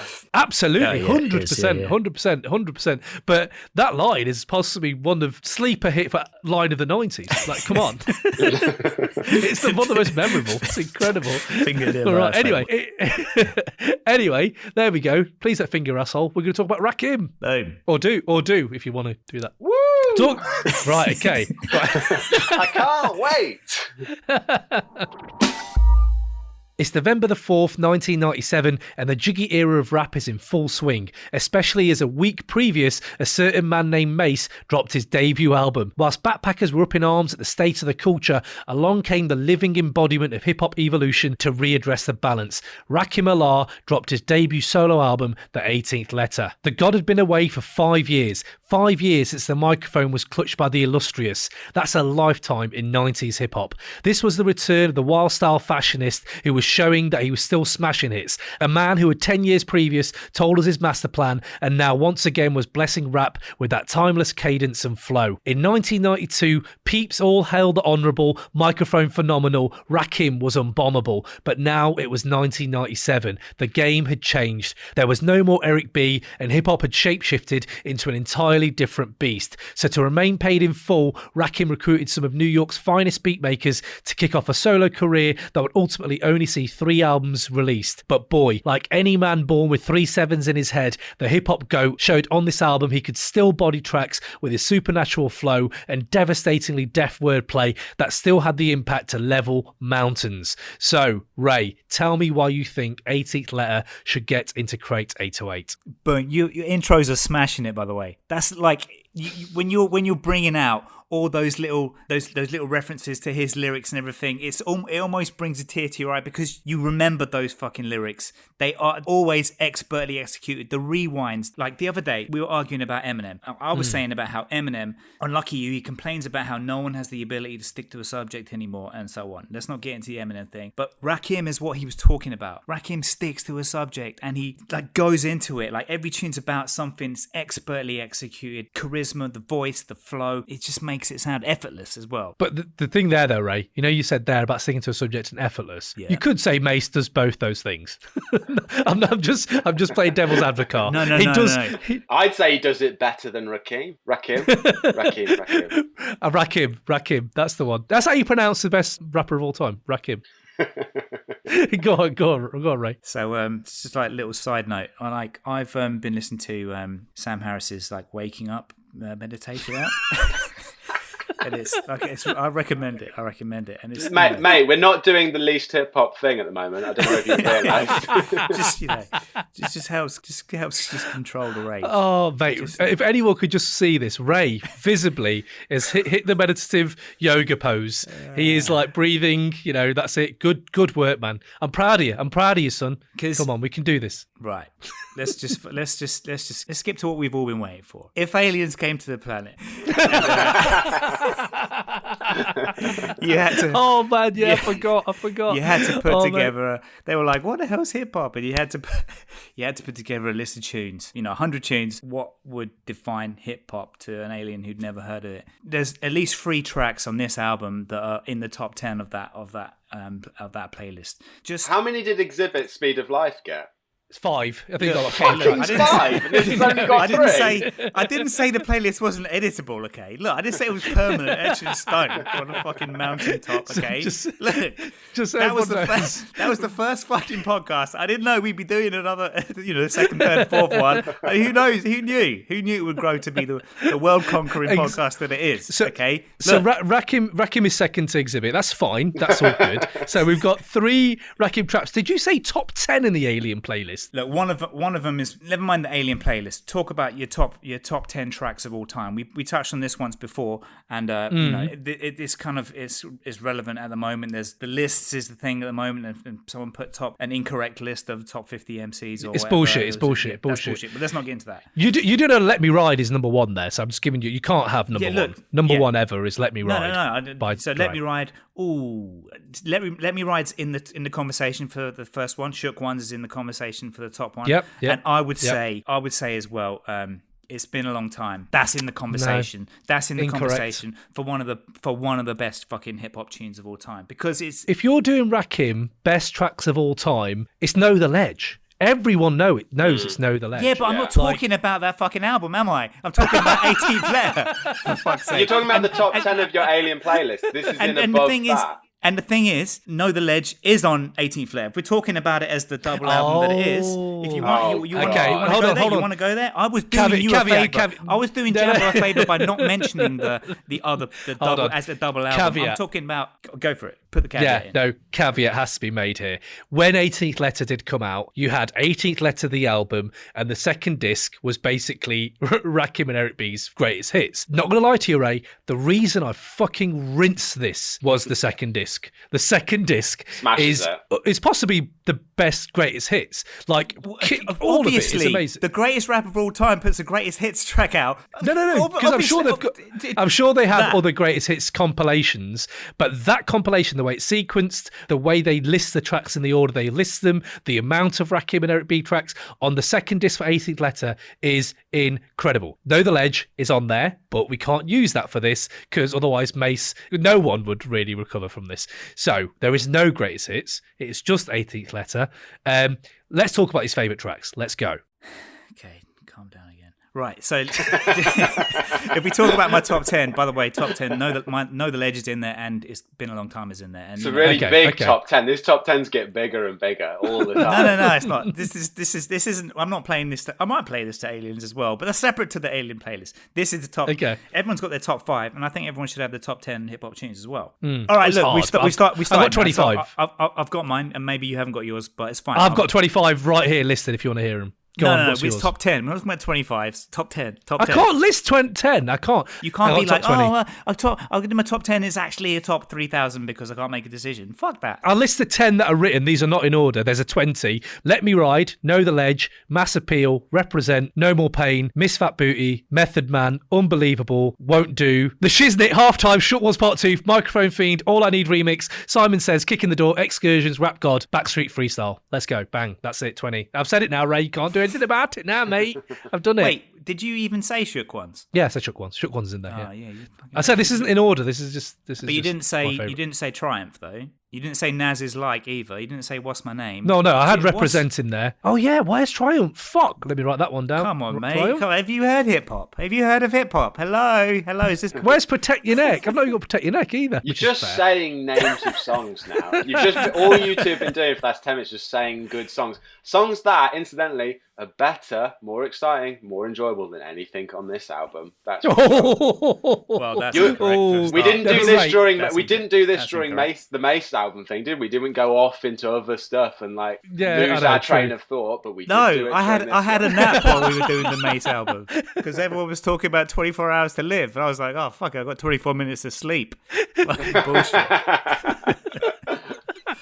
That's a hot line. Oh, that is a hot line.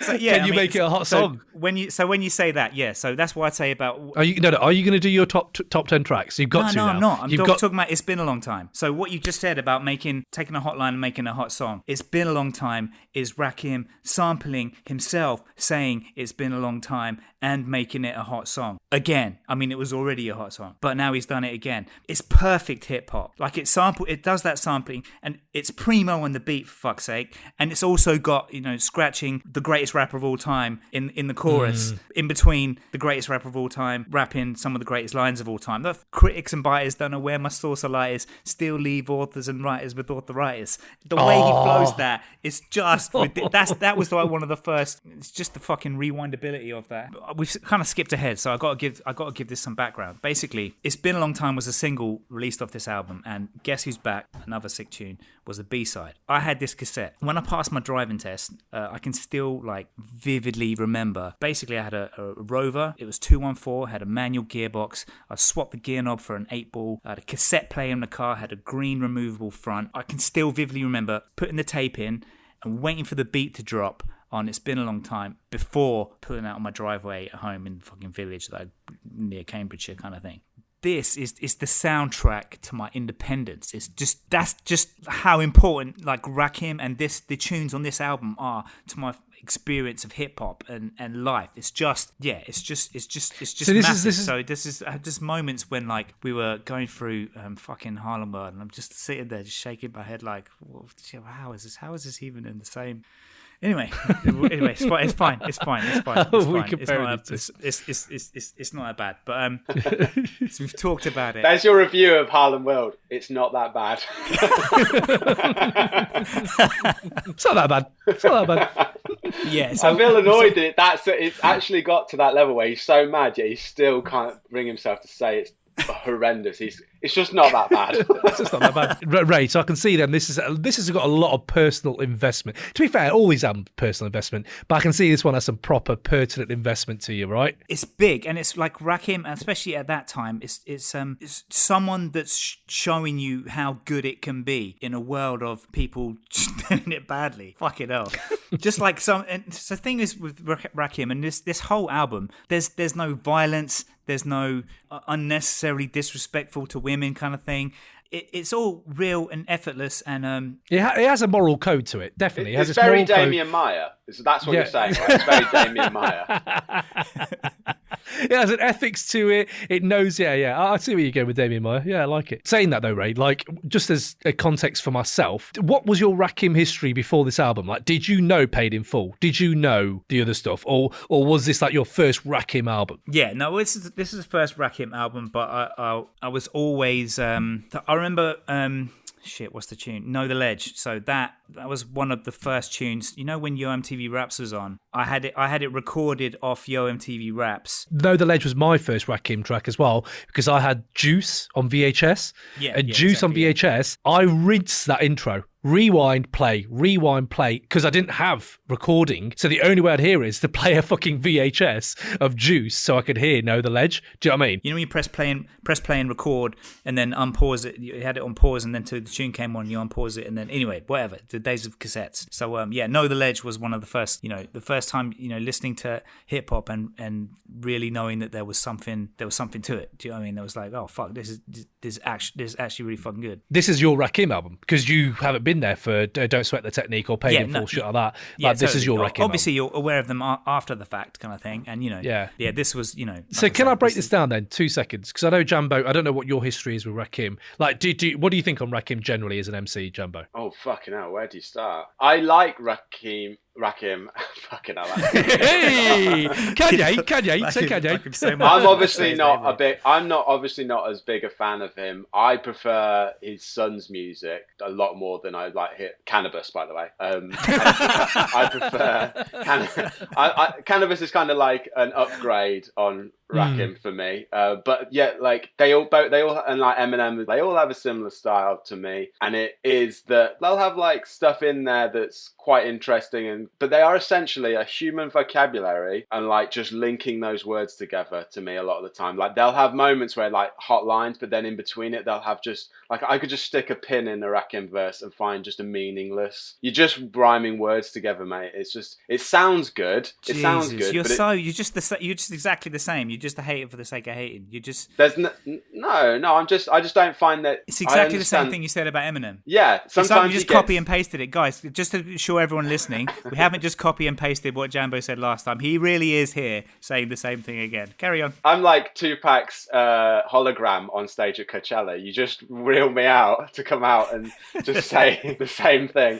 Don't get me wrong, I enjoy listening to him when he's on a good beat, but if he's not on a good beat, I just find it a bit tedious. And I think it's unfair because everyone calls him the God and he's the best MC of all time, and he's got an amazing back catalogue of music with Eric B, which, as Cam was saying, the best of is on here, and it's fucking incredible. Why is it incredible? Because he's got Eric B producing beats that are amazing, and then you have him on the top, and he kind of gets away with not having to say anything that witty particularly. It's more, he's just very good at rhyming random words together. So I'll tell you one thing then. It's sources of entertainment there then, because one thing I do remember, because I went to uni with Ray, so me and Ray clicked on Rakim like when we were kids. Then I met Jambo, right? And I remember when I met you and Simon and some of the others, Rakim, no one really talked about him, and it was always, it's really interesting that there are different schools in hip hop that I think people who give Rakim respect sometimes don't actually know about him. It's just they follow the crowd of like, oh no, yeah, and he's kind of known as the top 10, isn't he? It's like Jimi Hendrix. People go, oh, he's the top 10 guitarist.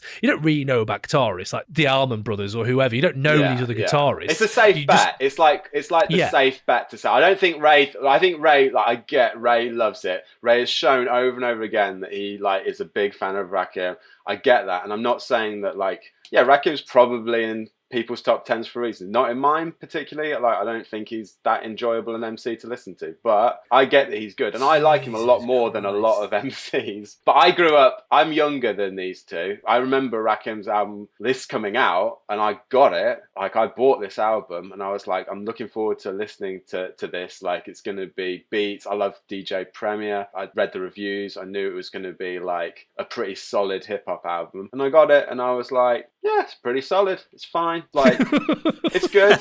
And then I was like, I looked at my cassette tape recorder, and I was like, got the tape out, went on there. Been a long time. Yeah, that went on there. And then Guess Who's Back went on there. New York, You Out Here, that went on there. Couple of Pete Rock beats. And then I was like, took the CD back because I didn't want that album anymore because it's not that good. It's got a lot of dog shit on it, and all these songs are nowhere near as good as I took the whole. What's the other album called? It's like the Book of Life. That album, the best of Eric B. That's a fucking sick album. The beats are amazing. Rakim sounds so fucking dominant on it, whereas on this he just sounds a bit bored. Like that's interesting because to me this album sounds. But then I remember at the time I thought this. For me, Rakim is timeless. It's like people say jazz, like I love jazz, and I don't like jazz. I love jazz. Yeah, but like people do say that it's a timeless art form. Rakim's rhyming, voice, everything about him as a rapper is timeless to me because to this day it still sounds fresh, and that's what I find interesting is the fact that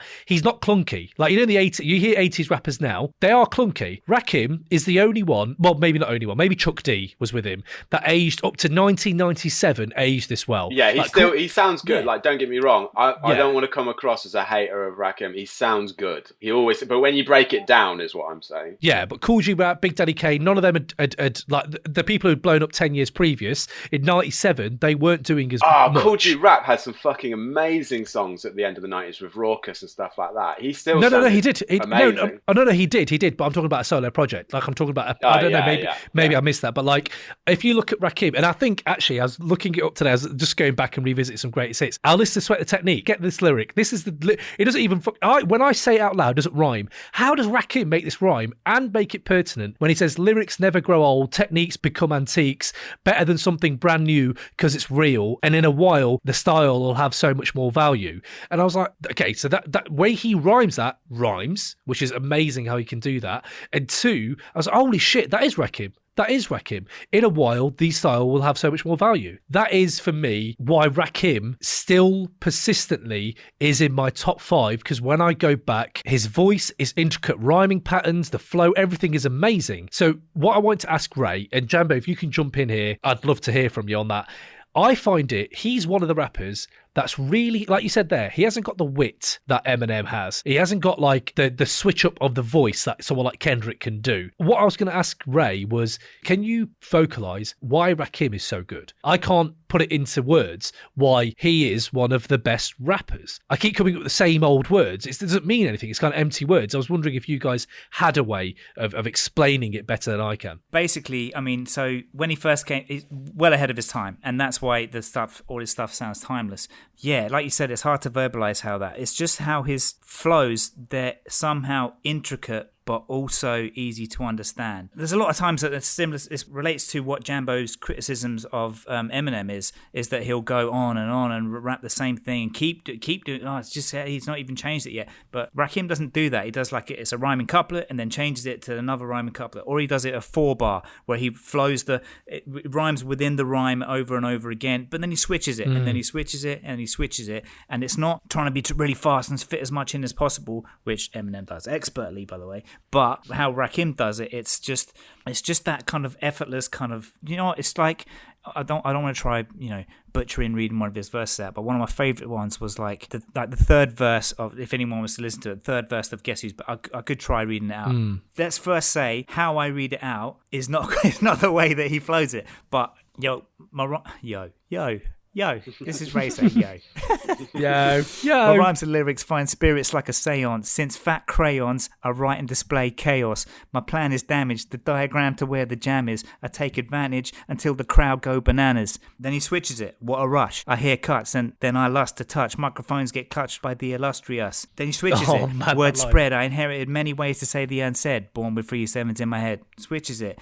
In time, no one can seem to blow your mind as far as this. To find you'll need philosophers and anthropologists, astrologists, professors from your smartest colleges with knowledge of scholarships. When Robbie dropping this, you know what I mean? He does it. My Lord. My Lord. It's couplets, and then he goes on for a whole 4 bars over and over again, but then he's also dropping knowledge, like in the way that he's saying, like, some of the things that I know will be in your next Bible. When I die, go bury me in my notebook in Cairo with the great God from Egypt manifest with right rhymes aligned with the stars. Come back to bless the mind. It's just, it builds up and it ends on a climax, and that's how he works every verse. And he does that kind of, it's just reliable, like all of them. And like you can go into how he flows verses, like even in the girl tunes, which I know Jambo will probably we're going into that. We're going into that. He's not unnecessarily over the top disrespectful about women. I don't want to keep banging on about that, but that's also like ahead of its time, because the world we live in today. No, you're right. Very much But you're right. It's nice to hear an album that doesn't have that. Isn't it nice to hear an album? You could say it's boring, Jambo, but it is quite good. That, oh shit, I don't have to switch any of these tracks when my dad's listening. I can play all this album to my son when he's 8, when he's 7, when he's 6. I can play Rakim. And that's what I wanted to hear. I wanted to hear this poetry. The fact that he says, since fat crayons are write and display chaos, that could quite easily be a children's rhyme. Like, I could read that rhyme out to my son, and it could be like, oh, like, there's a simple, like you said earlier, you nailed it, where it's simple. It's simple, but it's still But there's fucking other complicated. bits, like, so there's in Show Me Love when he's like talking about a girl, because this chick's characteristics, mystic, hips are thick, just a little bit of lipstick, can't resist it, description, Egyptian smile, Queen of the Nile, that means she dipped in style. But the way he just kind of the flow just kind of bounces along. It's just So see there, Jumbo, you talk about, like, he's not really, like, when he does have a subject matter, when he has a song about a girl, not gonna lie, they're fucking awful.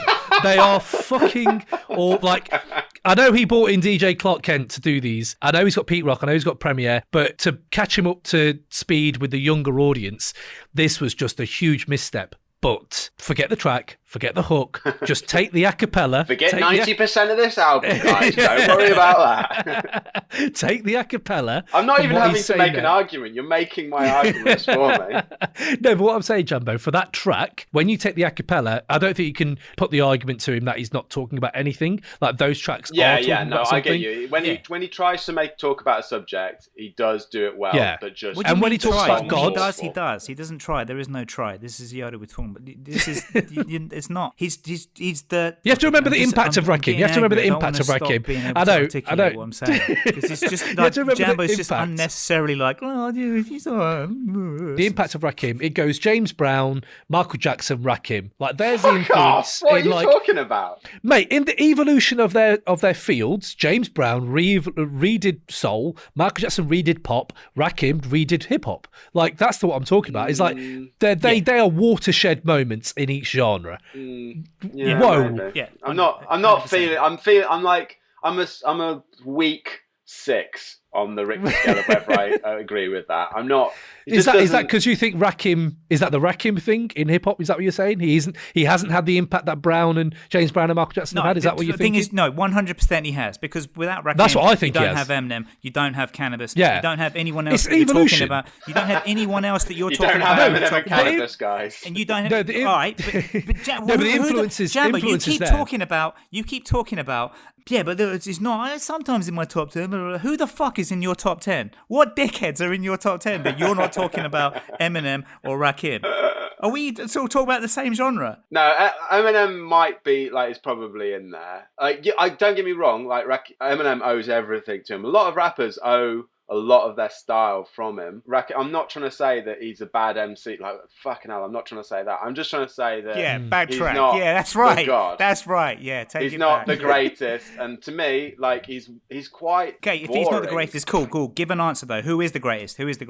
I think Nas is up there. I think Nas took what Rakim was doing and gave it a lot more life. Like, when I listen to this album, right, I feel like I don't learn anything about Rakim as a person, whereas Nas, you learn within the first 2 tracks a lot about Nas as a person on his debut album. On this, on a lot of it, he's just telling you how good he is at rapping, and I get a bit. It just doesn't do it for me. That's fucking 95% of hip hop. Jesus Christ! No, it isn't. It's the hip hop you listen to. Like, a lot of hip hop isn't about that. Like, the Wu-Tang, they had a lot of their life in those rhymes. They didn't just constantly. Yeah, but a lot of it was just Wu-Tang Clan aren't nothing to fuck with. Which is also great, and it's just for the sake of it. Yeah, no, but what we have to remember, though, on this album, on When You Want to Get Into Create 808, I do think he talks about the state of the culture in 1997. Even no way. He talks about it, but it doesn't represent the culture in 1997. Oh no, it doesn't represent what's happening. No. If you went and wanted to get an album, this is like, it doesn't say anything about the culture at the time. To me, it's just a critique. No, you're right. Of it. You're right. This is what I'm saying. Who gives a fuck about the culture at the time? That's it. That's Rakim. That's why you like him. He doesn't give a fuck about the culture. Like, he's not interested in the future. He's not interested in pushing things forward. All he's interested in is, I can make loads of rhymes all the time. No, that's 100%. That's not. You've literally not listened to the album. That's not what he does at all. He sticks to the subject, and he talks about things that he gives a fuck about. Why should anyone have the responsibility of, like, he's not pushing the culture forward? You saying that, you're not pushing the podcast forward. It's such a fucking nonsense comment.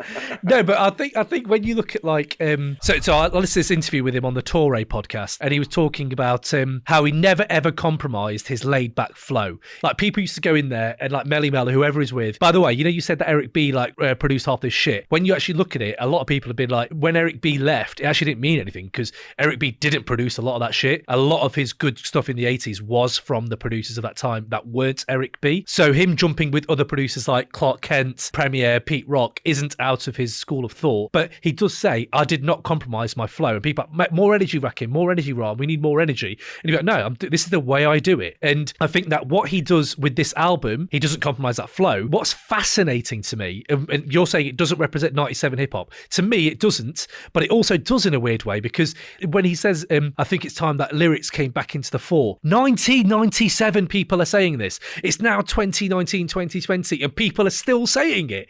And you're like, oh my God, like, I think as a general group of fans, we need to readdress. Exhibit was saying it in like his other album, like in Speed of Light.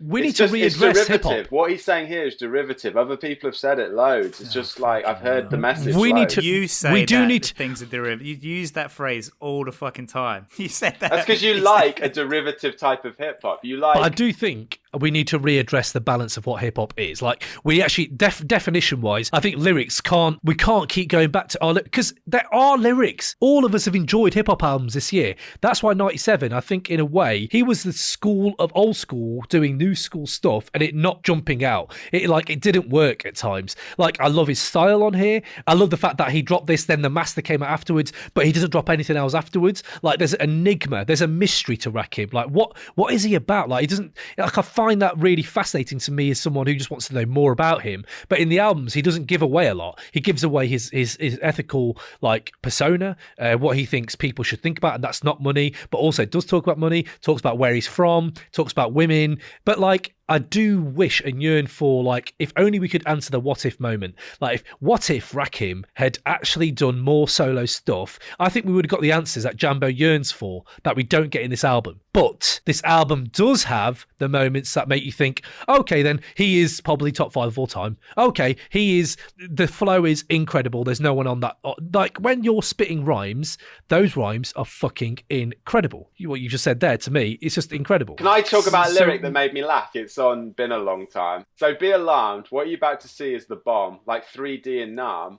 Vivid like CD-ROM. Info kept like internet.com. That's my age the worst. We have That's an amazingly bad lyric. Top line of age. It's a great lyric in the time that it came out. It's not. It's you're talking about it completely out of context. He doesn't understand what the internet is. He calls it internet.com.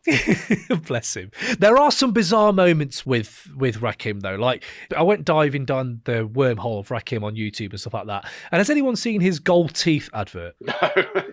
It does an advert for gold teeth. Like, it's just him sitting in a room doing an album for gold teeth, and you're like, this is so bizarre. Like, why are you doing this? You're the god MC. What kind of gold teeth? Like front? Yeah. Like, he just does and you're like, what? That's so random. I don't get that. But, like, you do hear a lot about the ways that he writes his verses backwards sometimes. He said he wanted to make this album simpler to feed the world. He was like, I'm describing, I want to touch the masses. I want the beats to hit them the right way. I want the lyrical content to hit them the right way. I want them to understand immediately what I'm talking about. So on this album, when you have that, I do feel like he does do that. I think it's simpler. I personally get a lot from this album. I love this album. I'm just interested, Jambo, you're not getting a lot from this album, which makes me think, am I kind of in a bubble? Do you know what I mean? It's just so pompous. I read an interview where he's talking about how he's going to feed people with the lyrics. It's like, oh mate, come on, like just feed us with good songs. Maybe there is that air of pomposity with him. Maybe there is, because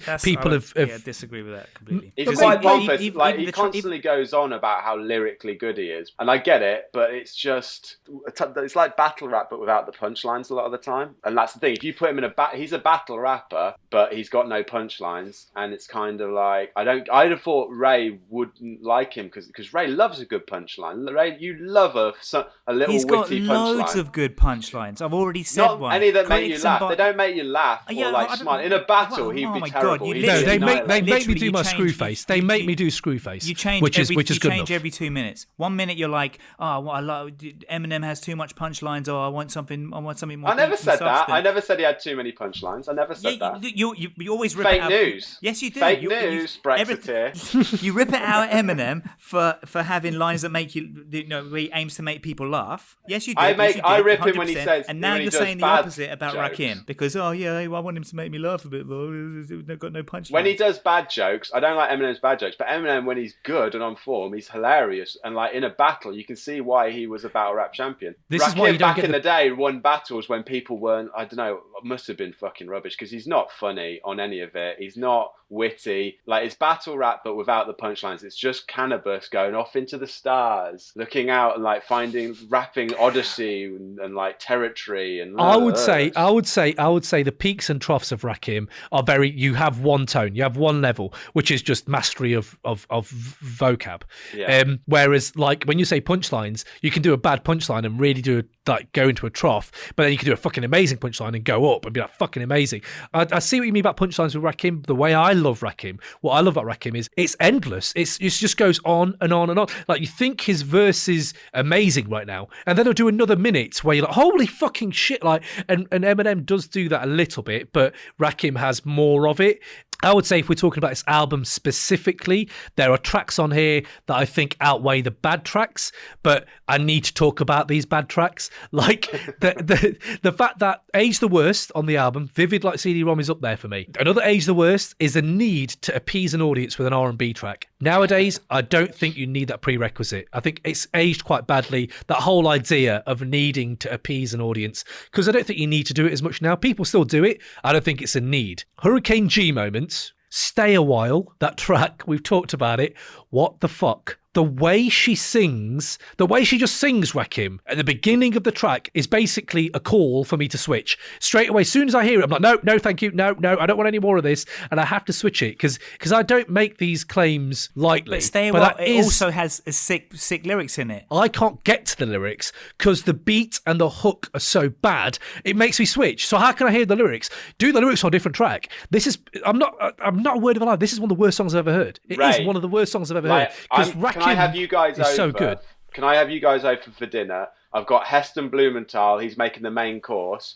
However, we are going to have to eat a plate of liquid horse shit for the starter. That's what Cam's trying to tell you, that no one can sit through the starter to get to the main course because it's so bad. That's the track itself. Metaphors ever, because the beat is not even that bad. The beat's not even that bad. You're exaggerating it. Do you know what it might be? You know what it might be? First of all, it sounds like my dad's trying to do something cool, and that's what I can't get down with. The fact he rhymes Mr. Lover Lover on it, and I was like, what the fuck? Like, there are bits on it where I do think maybe it's because it's on a Rakim album and I didn't expect it. I didn't expect it. I do love the first 3-4 tracks. Are like, I can't remember what they are now. I can't remember what they're called, but it goes on this journey where you're like, fuck me, the lyrics, and I'm doing my screw face and I'm like nodding my head and I'm like fucking going, oh, rewinding, and then it gets to a track like that where you're like, whoa, what the fuck? And you're like, no, I don't want that. Yeah, you're right. And I just go past it. It's got a range, isn't it? It's got a good range, great range. This is definitely this is an upside. Thank you. Carry on. No, but Show Me Love is the same for me as well. Like, maybe it's just I don't want Rakim to do love songs, and maybe I'm saying like, Rakim, don't fall in love with any woman ever. Just tell me about the world and how you feel about the world in New York and shit like that. But you can't. There are moments you have to say, I love Rakim, top 5 for me all day long, right? But the fact he still like squeezes in hieroglyphics in a love song is like peak Rakim. It's like who else spits love songs? It's a beautiful thing. Like the way he speaks this. We relax in you, nagging me for the agony to your anatomy by the fractions, your measurements, the pleasures in every inch of your temple. I travel 23 miles of your mental chemistry between you and me in a harmony, causing angles to meet like trigonometry or pyramids. That's where your deepest treasures are hid. And I'm like wow. Like, I like you talking about... I don't know. It's just not romantic. It's just not... I don't know. Do you not like a little bit of sexy trigonometry chat? I'm just literally not understanding you. So what would you prefer? No. What I'm saying is... What would you... No. What I'm saying is... No. You can't be that hard-headed that you don't see the funny side of that. The funny side of that is there evidently. I love Rakim, but the funny side of that is, like, no one talks about trigonometry when they're trying to get with a girl, dog. He doesn't realise how funny it is. He's just getting with a different caliber of girl than I guess. Maybe she's a maths major. Maybe all that shit. But but that's what I'm saying. He talks about smooth as jazz, more than half ready for math. He talks about girls being into, But it does make me laugh. What did you want? I'll tell you what I do want, right? And I'm going to tell you my favourite lyrics on here because I've been doing this with Mase and I can't talk about Rakim on this pod. And when you talk about Rakim on this pod, mate, you were getting emotional there at the beginning. You were talking about how it's like means a lot to you. This means a lot to me as well, dog. This is my podcast and this is fucking Rakim. Like, and me. It means a lot to me, mate. It's from the heart. Fuck off. Right, but listen, right? 18th letter, right? 18th letter, has one of the verses showcasing exactly why Rakim's flow is timeless. Forever. Like, rip shows stay focused and split cheese with soldiers. Whilst you eat trees and coast, I spit flows that be ferocious. And with these explosives, I spit seas for Moses. Shine permanently on only my mind's concerning me. Fire burns in me eternally, times eternity. Followers turn on me, they'll be in a mental infirmary. And I know you're going to say, what does that even mean? That's brag rap, dog. That is brag rap 101. And then when you want deepness, blaze up a fucking joint and tell me how this hits you on your dome piece. Rhythms we express in similar to our ancestors. It'll answer your questions if you understand the message. Like, when he says that, rhythms we express in similar to our ancestors, when I read into that, that's about slavery. That's about African descent. That's about rhythms of like African Americans. If you actually listen to the rhythms they're expressing that are like their ancestors, it'll answer your questions if you understand the message. It's like, holy shit, in 2 lines, you fucking broke my mind. Like, you can go that deep with Rakim. And there's some life advice as well. Like, I was like, holy shit, that's actually quite true. The saga begins. My eyes is the photography lens. Properly pushed pens to show quality gems. The horrors be grim, but maybe tomorrow we win if we follow the trends and keep count of the dollars we spend. And you're like, okay, that shit is pertinent. You're saying something to me. And like, you're talking about fucking Mase. It all makes sense, yeah, exactly. You're talking about Mase at times. You're talking about Mase when you say like, so when you research, check it, here go the evidence they represent with lyrical negligence for presidents. I was like, holy fucking shit. Lyrical negligence is what gets you money, the dead presidents. When you check the research, check it, here go the evidence. Like, oh my, like, he is taking down that whole era of rap. He even talks about Persian rugs, where I was like, what the fuck? My thought patterns displayed on Persian rugs. I was like, what? What does that mean? And like, is a Persian rug? What does that? So I looked up Persian rugs, and yes, they are very intricate. I was like, yeah, right. Actually, they're quite very detailed and interesting. So he has got these rhymes on this album that, for me, I know, like, we've been talking with Jambo about, like, is it actually saying anything? Those rhymes to me say something. And that's why I think this album is fucking amazing. All of it is saying something. And Jambo probably picked out like 2 lines that were like, oh, look at this. It's just nitpicking over little bits that... I think, no, Jambo does have a point there. There are probably a lot of people out there with Jambo's point, which is like, yeah, it's all one tone. Is that what you're saying, Jambo? Like, it's one tone, it doesn't really grab you. While you guys were talking about Rakim, the rhyme analyst, getting covered and smothered in tarantulas before metaphors and Reservoir Dogs before Christ was hung on the cross. While you're all talking about that, I just blanked out and started to think of what my version of the hip-hop songs you'd play to an alien would be. And mine would be, what would this rapper sound like on 24 Hours to Live? That's my new thing. And I realised Rakim would go on it and he'd sound great in some ways, but everyone would be looking at him afterwards going, why did you talk so much about Arabic scriptures? Like, I don't get it, mate. Okay. So all you did was talk about how you did your spreadsheets in like Microsoft Excel really how detailed you, but no one would get it. It just wouldn't work. One thing I do have with you, Jambo, like you're saying, I think one of your points may be verging on one of my points that are against this album. It's so heavily focused on lyricism and the art of lyricism that the music doesn't have room to breathe and explore the sonic landscape. Like, it isn't really about the music. It's about the lyrics. You know, Tom Cruise. Some of it. Okay, here we go. Here's another great metaphor. Here we go. Compare it to something. I'm looking forward to this metaphor. Tom Cruise won't appear in films with other good actors. It's a known thing. Like, because he wants to shine so much. Rakim can't appear in a good song with a really, like, occasionally when he does, it's a fucking blockbuster. It's like Magnolia or something like that. You get the great director. You get Tom Cruise doing his thing.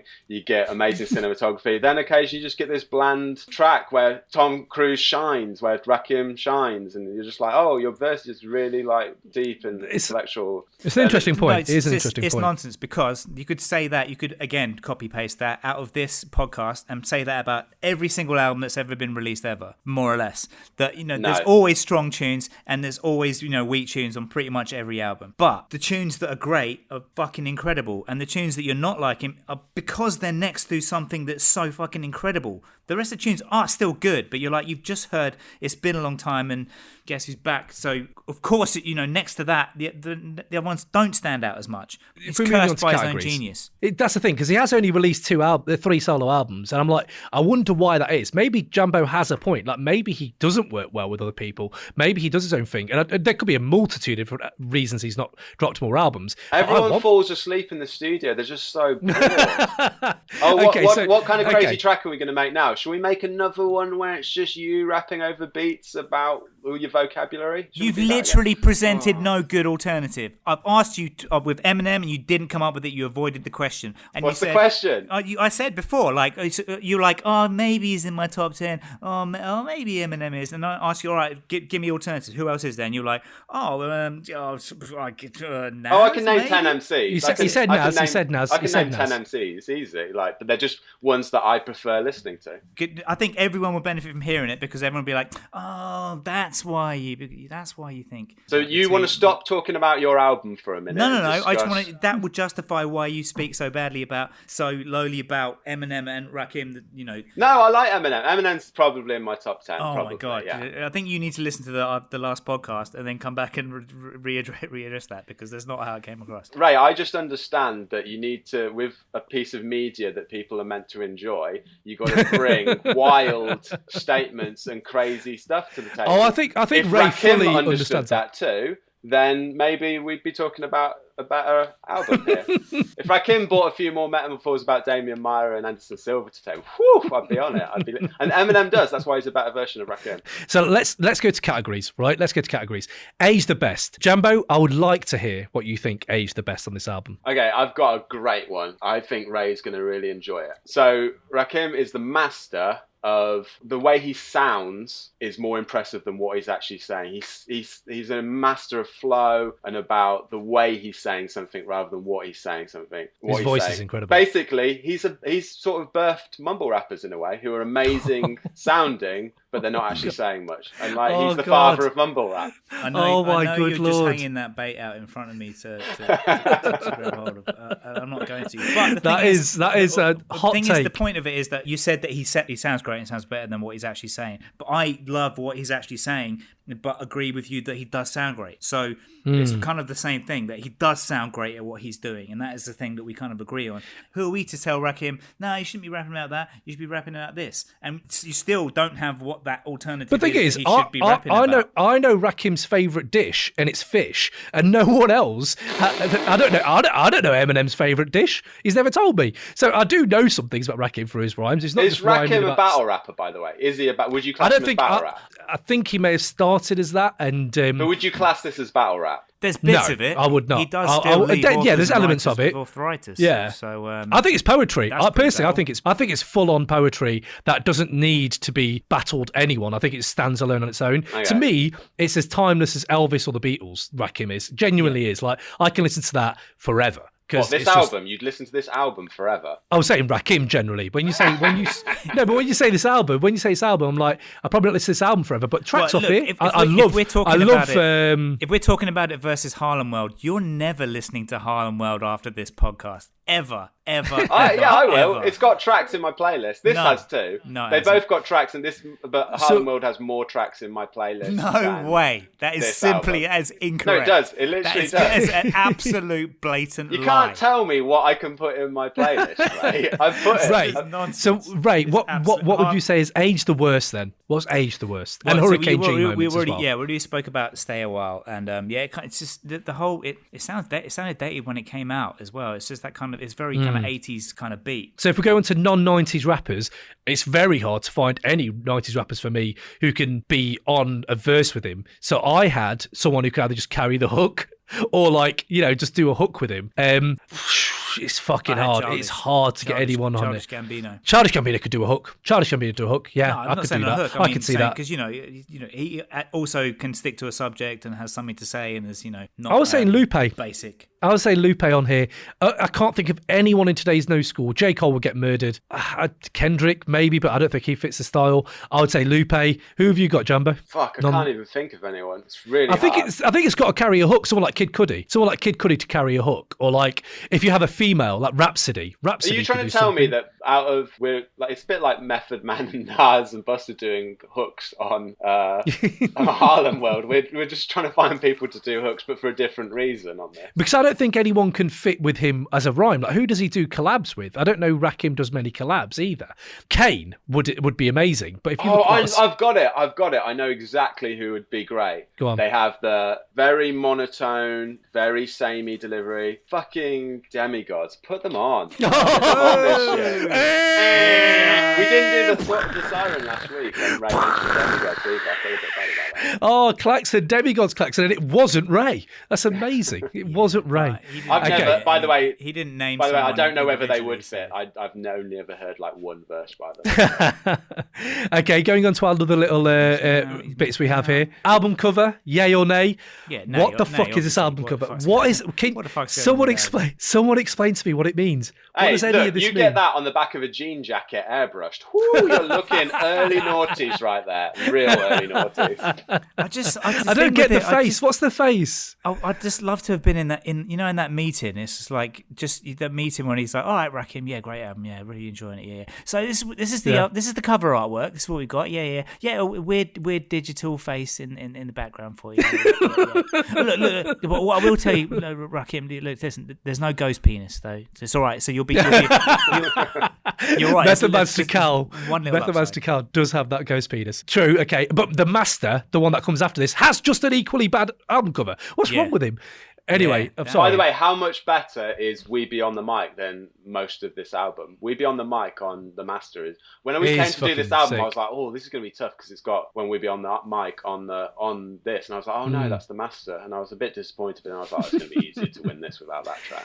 Okay, so let's buzz these track, isn't it? It's another Primo track. Yeah, Primo exactly. Is sick. His beats are so good on this. And that's the thing, isn't it? I think Rakim and Pete Rock. And Pete Rock. Yeah, he is as well. Pete Rock's not as good. Pete Rock is a bit. They're sort of sub-tier, top-tier beats for Pete Rock, I thought. But like Rakim on a Primo beat, that's as good as it gets. That's as good as it gets in life. That's it. No, not really. Yeah, it is, 100%. You haven't got anything better than Rakim on Primo, and everyone listening fucking agrees with me as well. 100%. Everyone. All those people in the comments, very in their mum's basement. All 33 people then downloading this. They woke up this morning and they looked through their Killer Priest liner notes, just sitting there going over the lyrics. Oh, it's so deep. And then they came and listened to this and they were like, well, who's this cunt talking about me? Killer Priest liner notes, love that. Okay, feature Trinity, Method Man, Busta or Nas. I have to say, you're going Nas all day long. They've got way too much personality, all of them, to be on this. But yeah, Nas can do an intro or something. And what's the other one? Oh, album title, yay or nay? I can get with meaningless. It's perfect for this because it's absolutely meaningless. It's obviously it's complete. It's not. It's 18th letter, which is and it's Rakim. Don't need to explain that to you. It's obvious, but it's just. Why is that clever? It's irony. It's not clever. So why? Who said it has to be clever? Who said it has to be clever? It doesn't matter. Well, oh, sorry. Every title has to be clever. Harlem World. Wow, cleverest fucking title I've ever heard in my life. Brilliant. What does that mean? No, it's from Harlem. It's the world of Harlem. By the way, how is it you always make me so fucking angry? I don't understand it. Do you know what I love about this all debate? Day. This has been peak Crate 808, where our arguments and our way of being has mirrored our albums. I've had a lot of fun and been really stupid the whole time, and Ray's just got more and more angry and deeper and deeper the whole time. Oh, it's true. It's true. Right, okay. So before we get to Ray's conclusion, sample spotting. There wasn't much going on here, lads, to be fair. Not really. Like I don't know. Like, well, there is. Primo used to really. It's been a long time. Been a long time. Sampling of samples his own line makes it a hot tune. You know, that's the it's something of lyrics. Maybe not so much some of the beats, but true. I was looking at beats. Yeah, It's Been a Long Time by Primo. Cecil Holmes' Soulful Sounds, Call Me, Come Back Home. That is a fucking banger. I enjoyed that. Al Green does a version of that, by the way. If anyone wants to check that out, that's really good. And Guess Who's Back? DJ Clark Kent kills it. And that's a track called Shamboozy by Bob James. Actually, really makes your summer commute feel right out the 70s. I have to say, I was like, oh, that's pretty enjoyed that. I thought it was like right from the 70s. Loved that.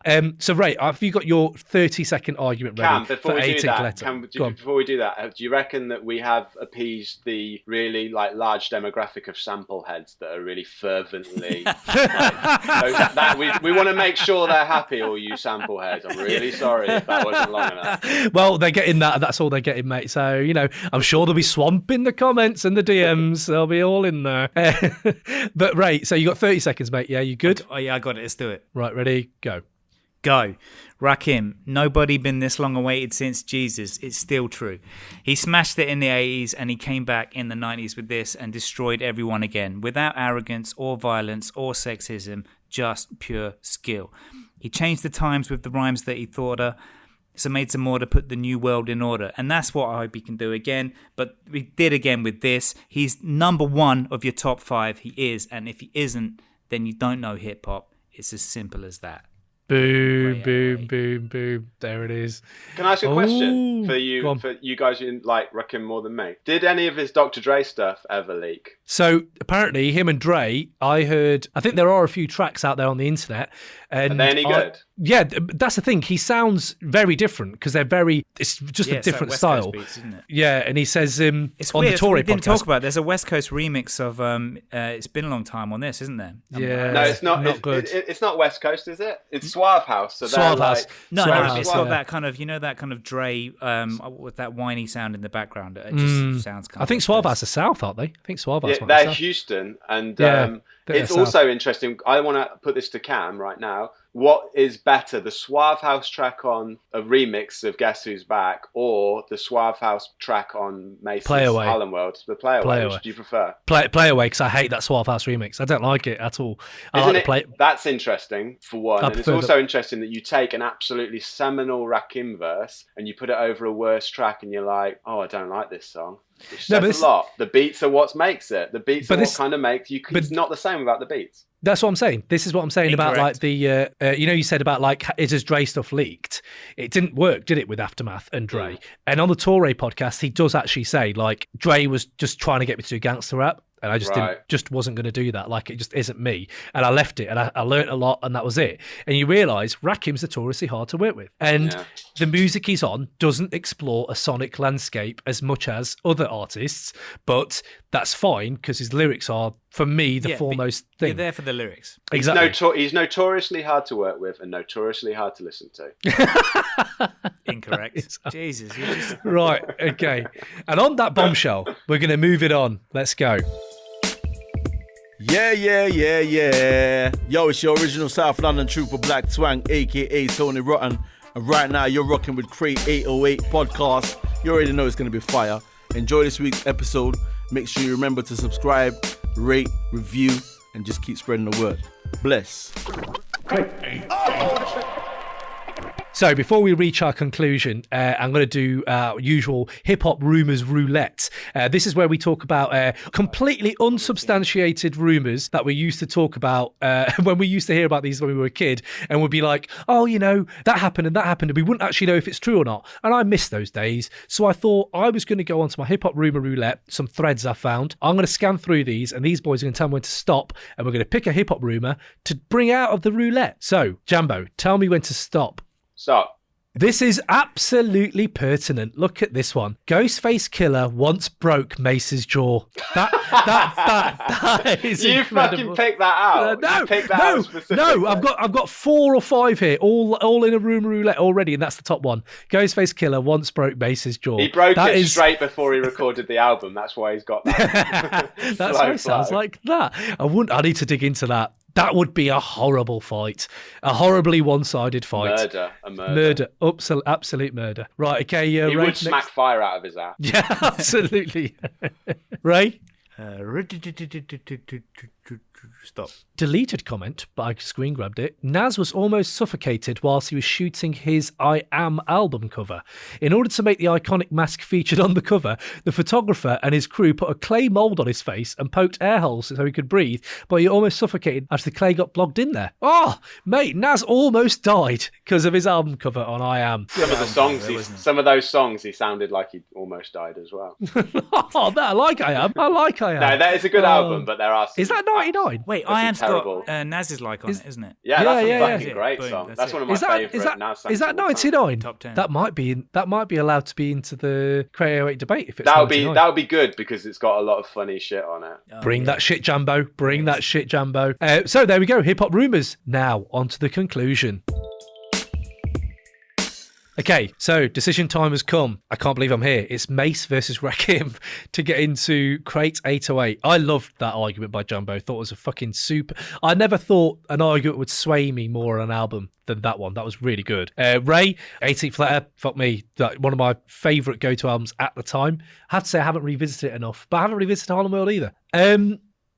It's going to be 18th Letter. Bottled it. You fucking bottled it. No, I haven't bottled it. I haven't bottled it. It's because I don't get enough out of Harlem World. There's 2 tracks on there that I will always go back to now after revisiting. And it's true. Ends Wanna Act and Take What's Yours. 24 Hours to Live is good, but I don't know. I just don't listen to it as much now. 18th Letter, mate, there's 3 or 4 tracks on there that every time I'm rewinding that shit. And like, if that can do that, and Mase doesn't do that for me. And unfortunately, someone put me in charge of this ship. I don't know who that was, but exactly. I can also imagine waking up in cold sweats in 10 years' time and it being like, I picked Mase instead of Rakim. And that oh my God. That may also feature in it's shocking. I'm sorry, mate, but 18th Letter is in. Is it because of the sample heads? All the sample heads. The Killer Priest liner note gang all sitting there. No, I have to say, we really thought this was a good podcast, but you've let us down. You've let the culture down. Do you know what? I have a horrible feeling. Respectful to women and no violence and just dropping knowledge about Egypt and hieroglyphics. Yeah, and trigonometry.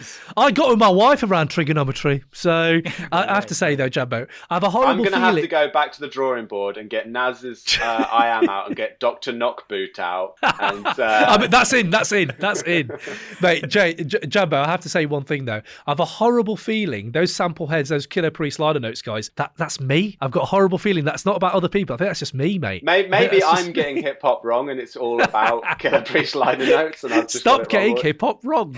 No, but the weird thing is we usually agree on so many things. I now feel like Ray's got a lot in here and me and him argue about hip hop all the time. How the fuck have you got so many in? Mate, I get it. Maybe I need to redo All Eyes on Me. Maybe it isn't a Dark and Hell is Hot. I think the All Eyes on Me might have to get in there before that. Because I'm looking at this. How have me and you disagreed our whole lives and yet you've got past me every time? Well, it's your demographic. That's why you're just trying to please the demographic of the Crate 808. No. Because we went into angry men. We went into detail. We went into detail about how much Ray doesn't give a fuck about what anyone else thinks, and only thinks about what gives a fuck about what Ray thinks, and still wins. So it must mean I'm objectively correct over and over again.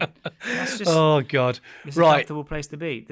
Just go. Can I say something? Meditate. By the way? Dude, listen to Sam Harris's thing, and that way it will center your. Okay. I don't know, fucking carry on. Come on, James. I just want to say, after all of, obviously, this is I've put on a little bit of a character to do all of that, but, in reality, I was never into J. Cole that much, but then Ray gave me a playlist ages ago, and I've been listening to it recently, and, I've really got into J. Cole. So, just a little bit of unity at the end. Yeah, that's nice. I actually fucking really like him. I think he's brilliant. Yeah, he's very good. He's very, very good. The stuff he talks about and stuff like that. His beats, mate, when we get to the album debates for the tens, we're in, mate. We've got loads to talk about. Well right. Done, there's a couple of tracks in the latest. Is it Dreamville, isn't it?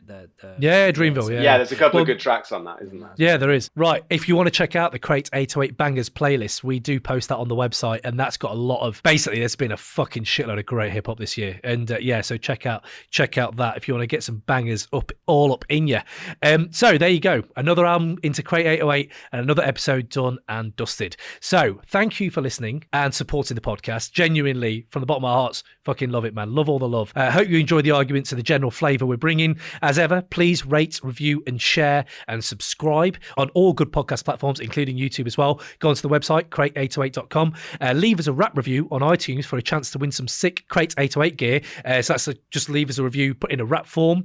Hit us up on Instagram at crate_808 or on Twitter at crate808 or email us at crate808@gmail.com. Stop saying Crate 808. Why would you email us? Why would you do any of these things? I don't know. Maybe to tell us about your own Hurricane G moments, about the least hip hop things you've done the last 24 hours, about your own hip hop rumors that you've heard, or hip hop quotables you'd like me to use. The best shit you've heard lately? Which I was going to ask you what yours was. Yeah, I've got that, mate. Hold on. I've got this all done. All right, It's at don't the skip end, ahead. mate. Don't skip ahead. All right. Cam, can you please put on your Crate 808 stories a little vote where you can put Harlem World up against 80? Yes. See what all the Killer Priest line and gang say about that. It'd be fucking hilarious. Yes, you know what? I'm going to do it. I reckon Mase will win that. I've got a feeling Mase will win that. But yes, good shout. Fucking won't. Mase will not win that. Don't know. Get a lot of interactions on that Mase content. Be Googling who, Mase? No, trust me. Get a lot of interaction on that Mase content. Trust me, bro.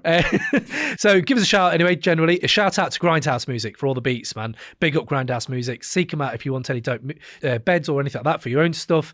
Also, love to Notorious POD, Rhymes for Dimes, Killer Keller, Shotgun the Orcs, the On Deck TV podcast. All these people out there who are interacting with us. This community is real, yo, and we are going to do more and more of this shit. And everyone else showing us love. Big up, brap, brap, brap. And that just leaves you with, what is the last great thing you heard? Ray, what is it? The last great thing you heard? The last great thing I heard was by self-titled from the Demigods, Paragraphs of Murder. It's a sick apathy beat. It's got a sick NES cartridge artwork, all of it. They just keep coming out with funky, dark shit, and I fucking love it. You should check it out. That sounds sick. What I've got right here, again, all these are on the Crate 808 Bangers playlist if you want to listen to them. Big Crit's new album, Crit is Here. It's fucking brilliant. Maxo Cream's record, Brandon Banks, is brilliant. YBN Corday's album, the Lost Boy album, is brilliant. That's what Chance the Rapper should have dropped. That's what he should have dropped. He has got bars. He's a youngster, but he's got fucking bars. So I would check those three albums out. That guy, it's good actually. Yeah, it's good, man. Beautiful eyes as well. Beautiful eyes.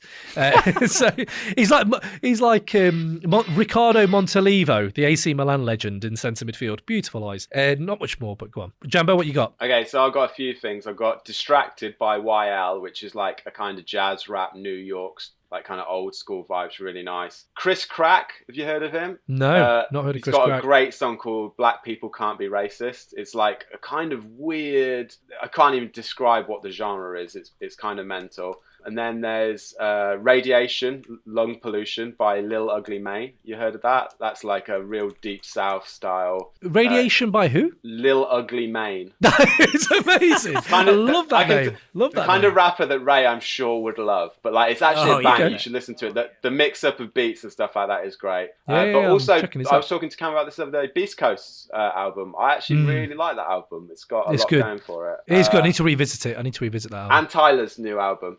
Igor is such a good album, right? Ray will fucking hate that album. But, I don't know. I think Ray might like it. It's not hip hop, Ray. It's not. Well, it's not. No, I reckon you'll like it.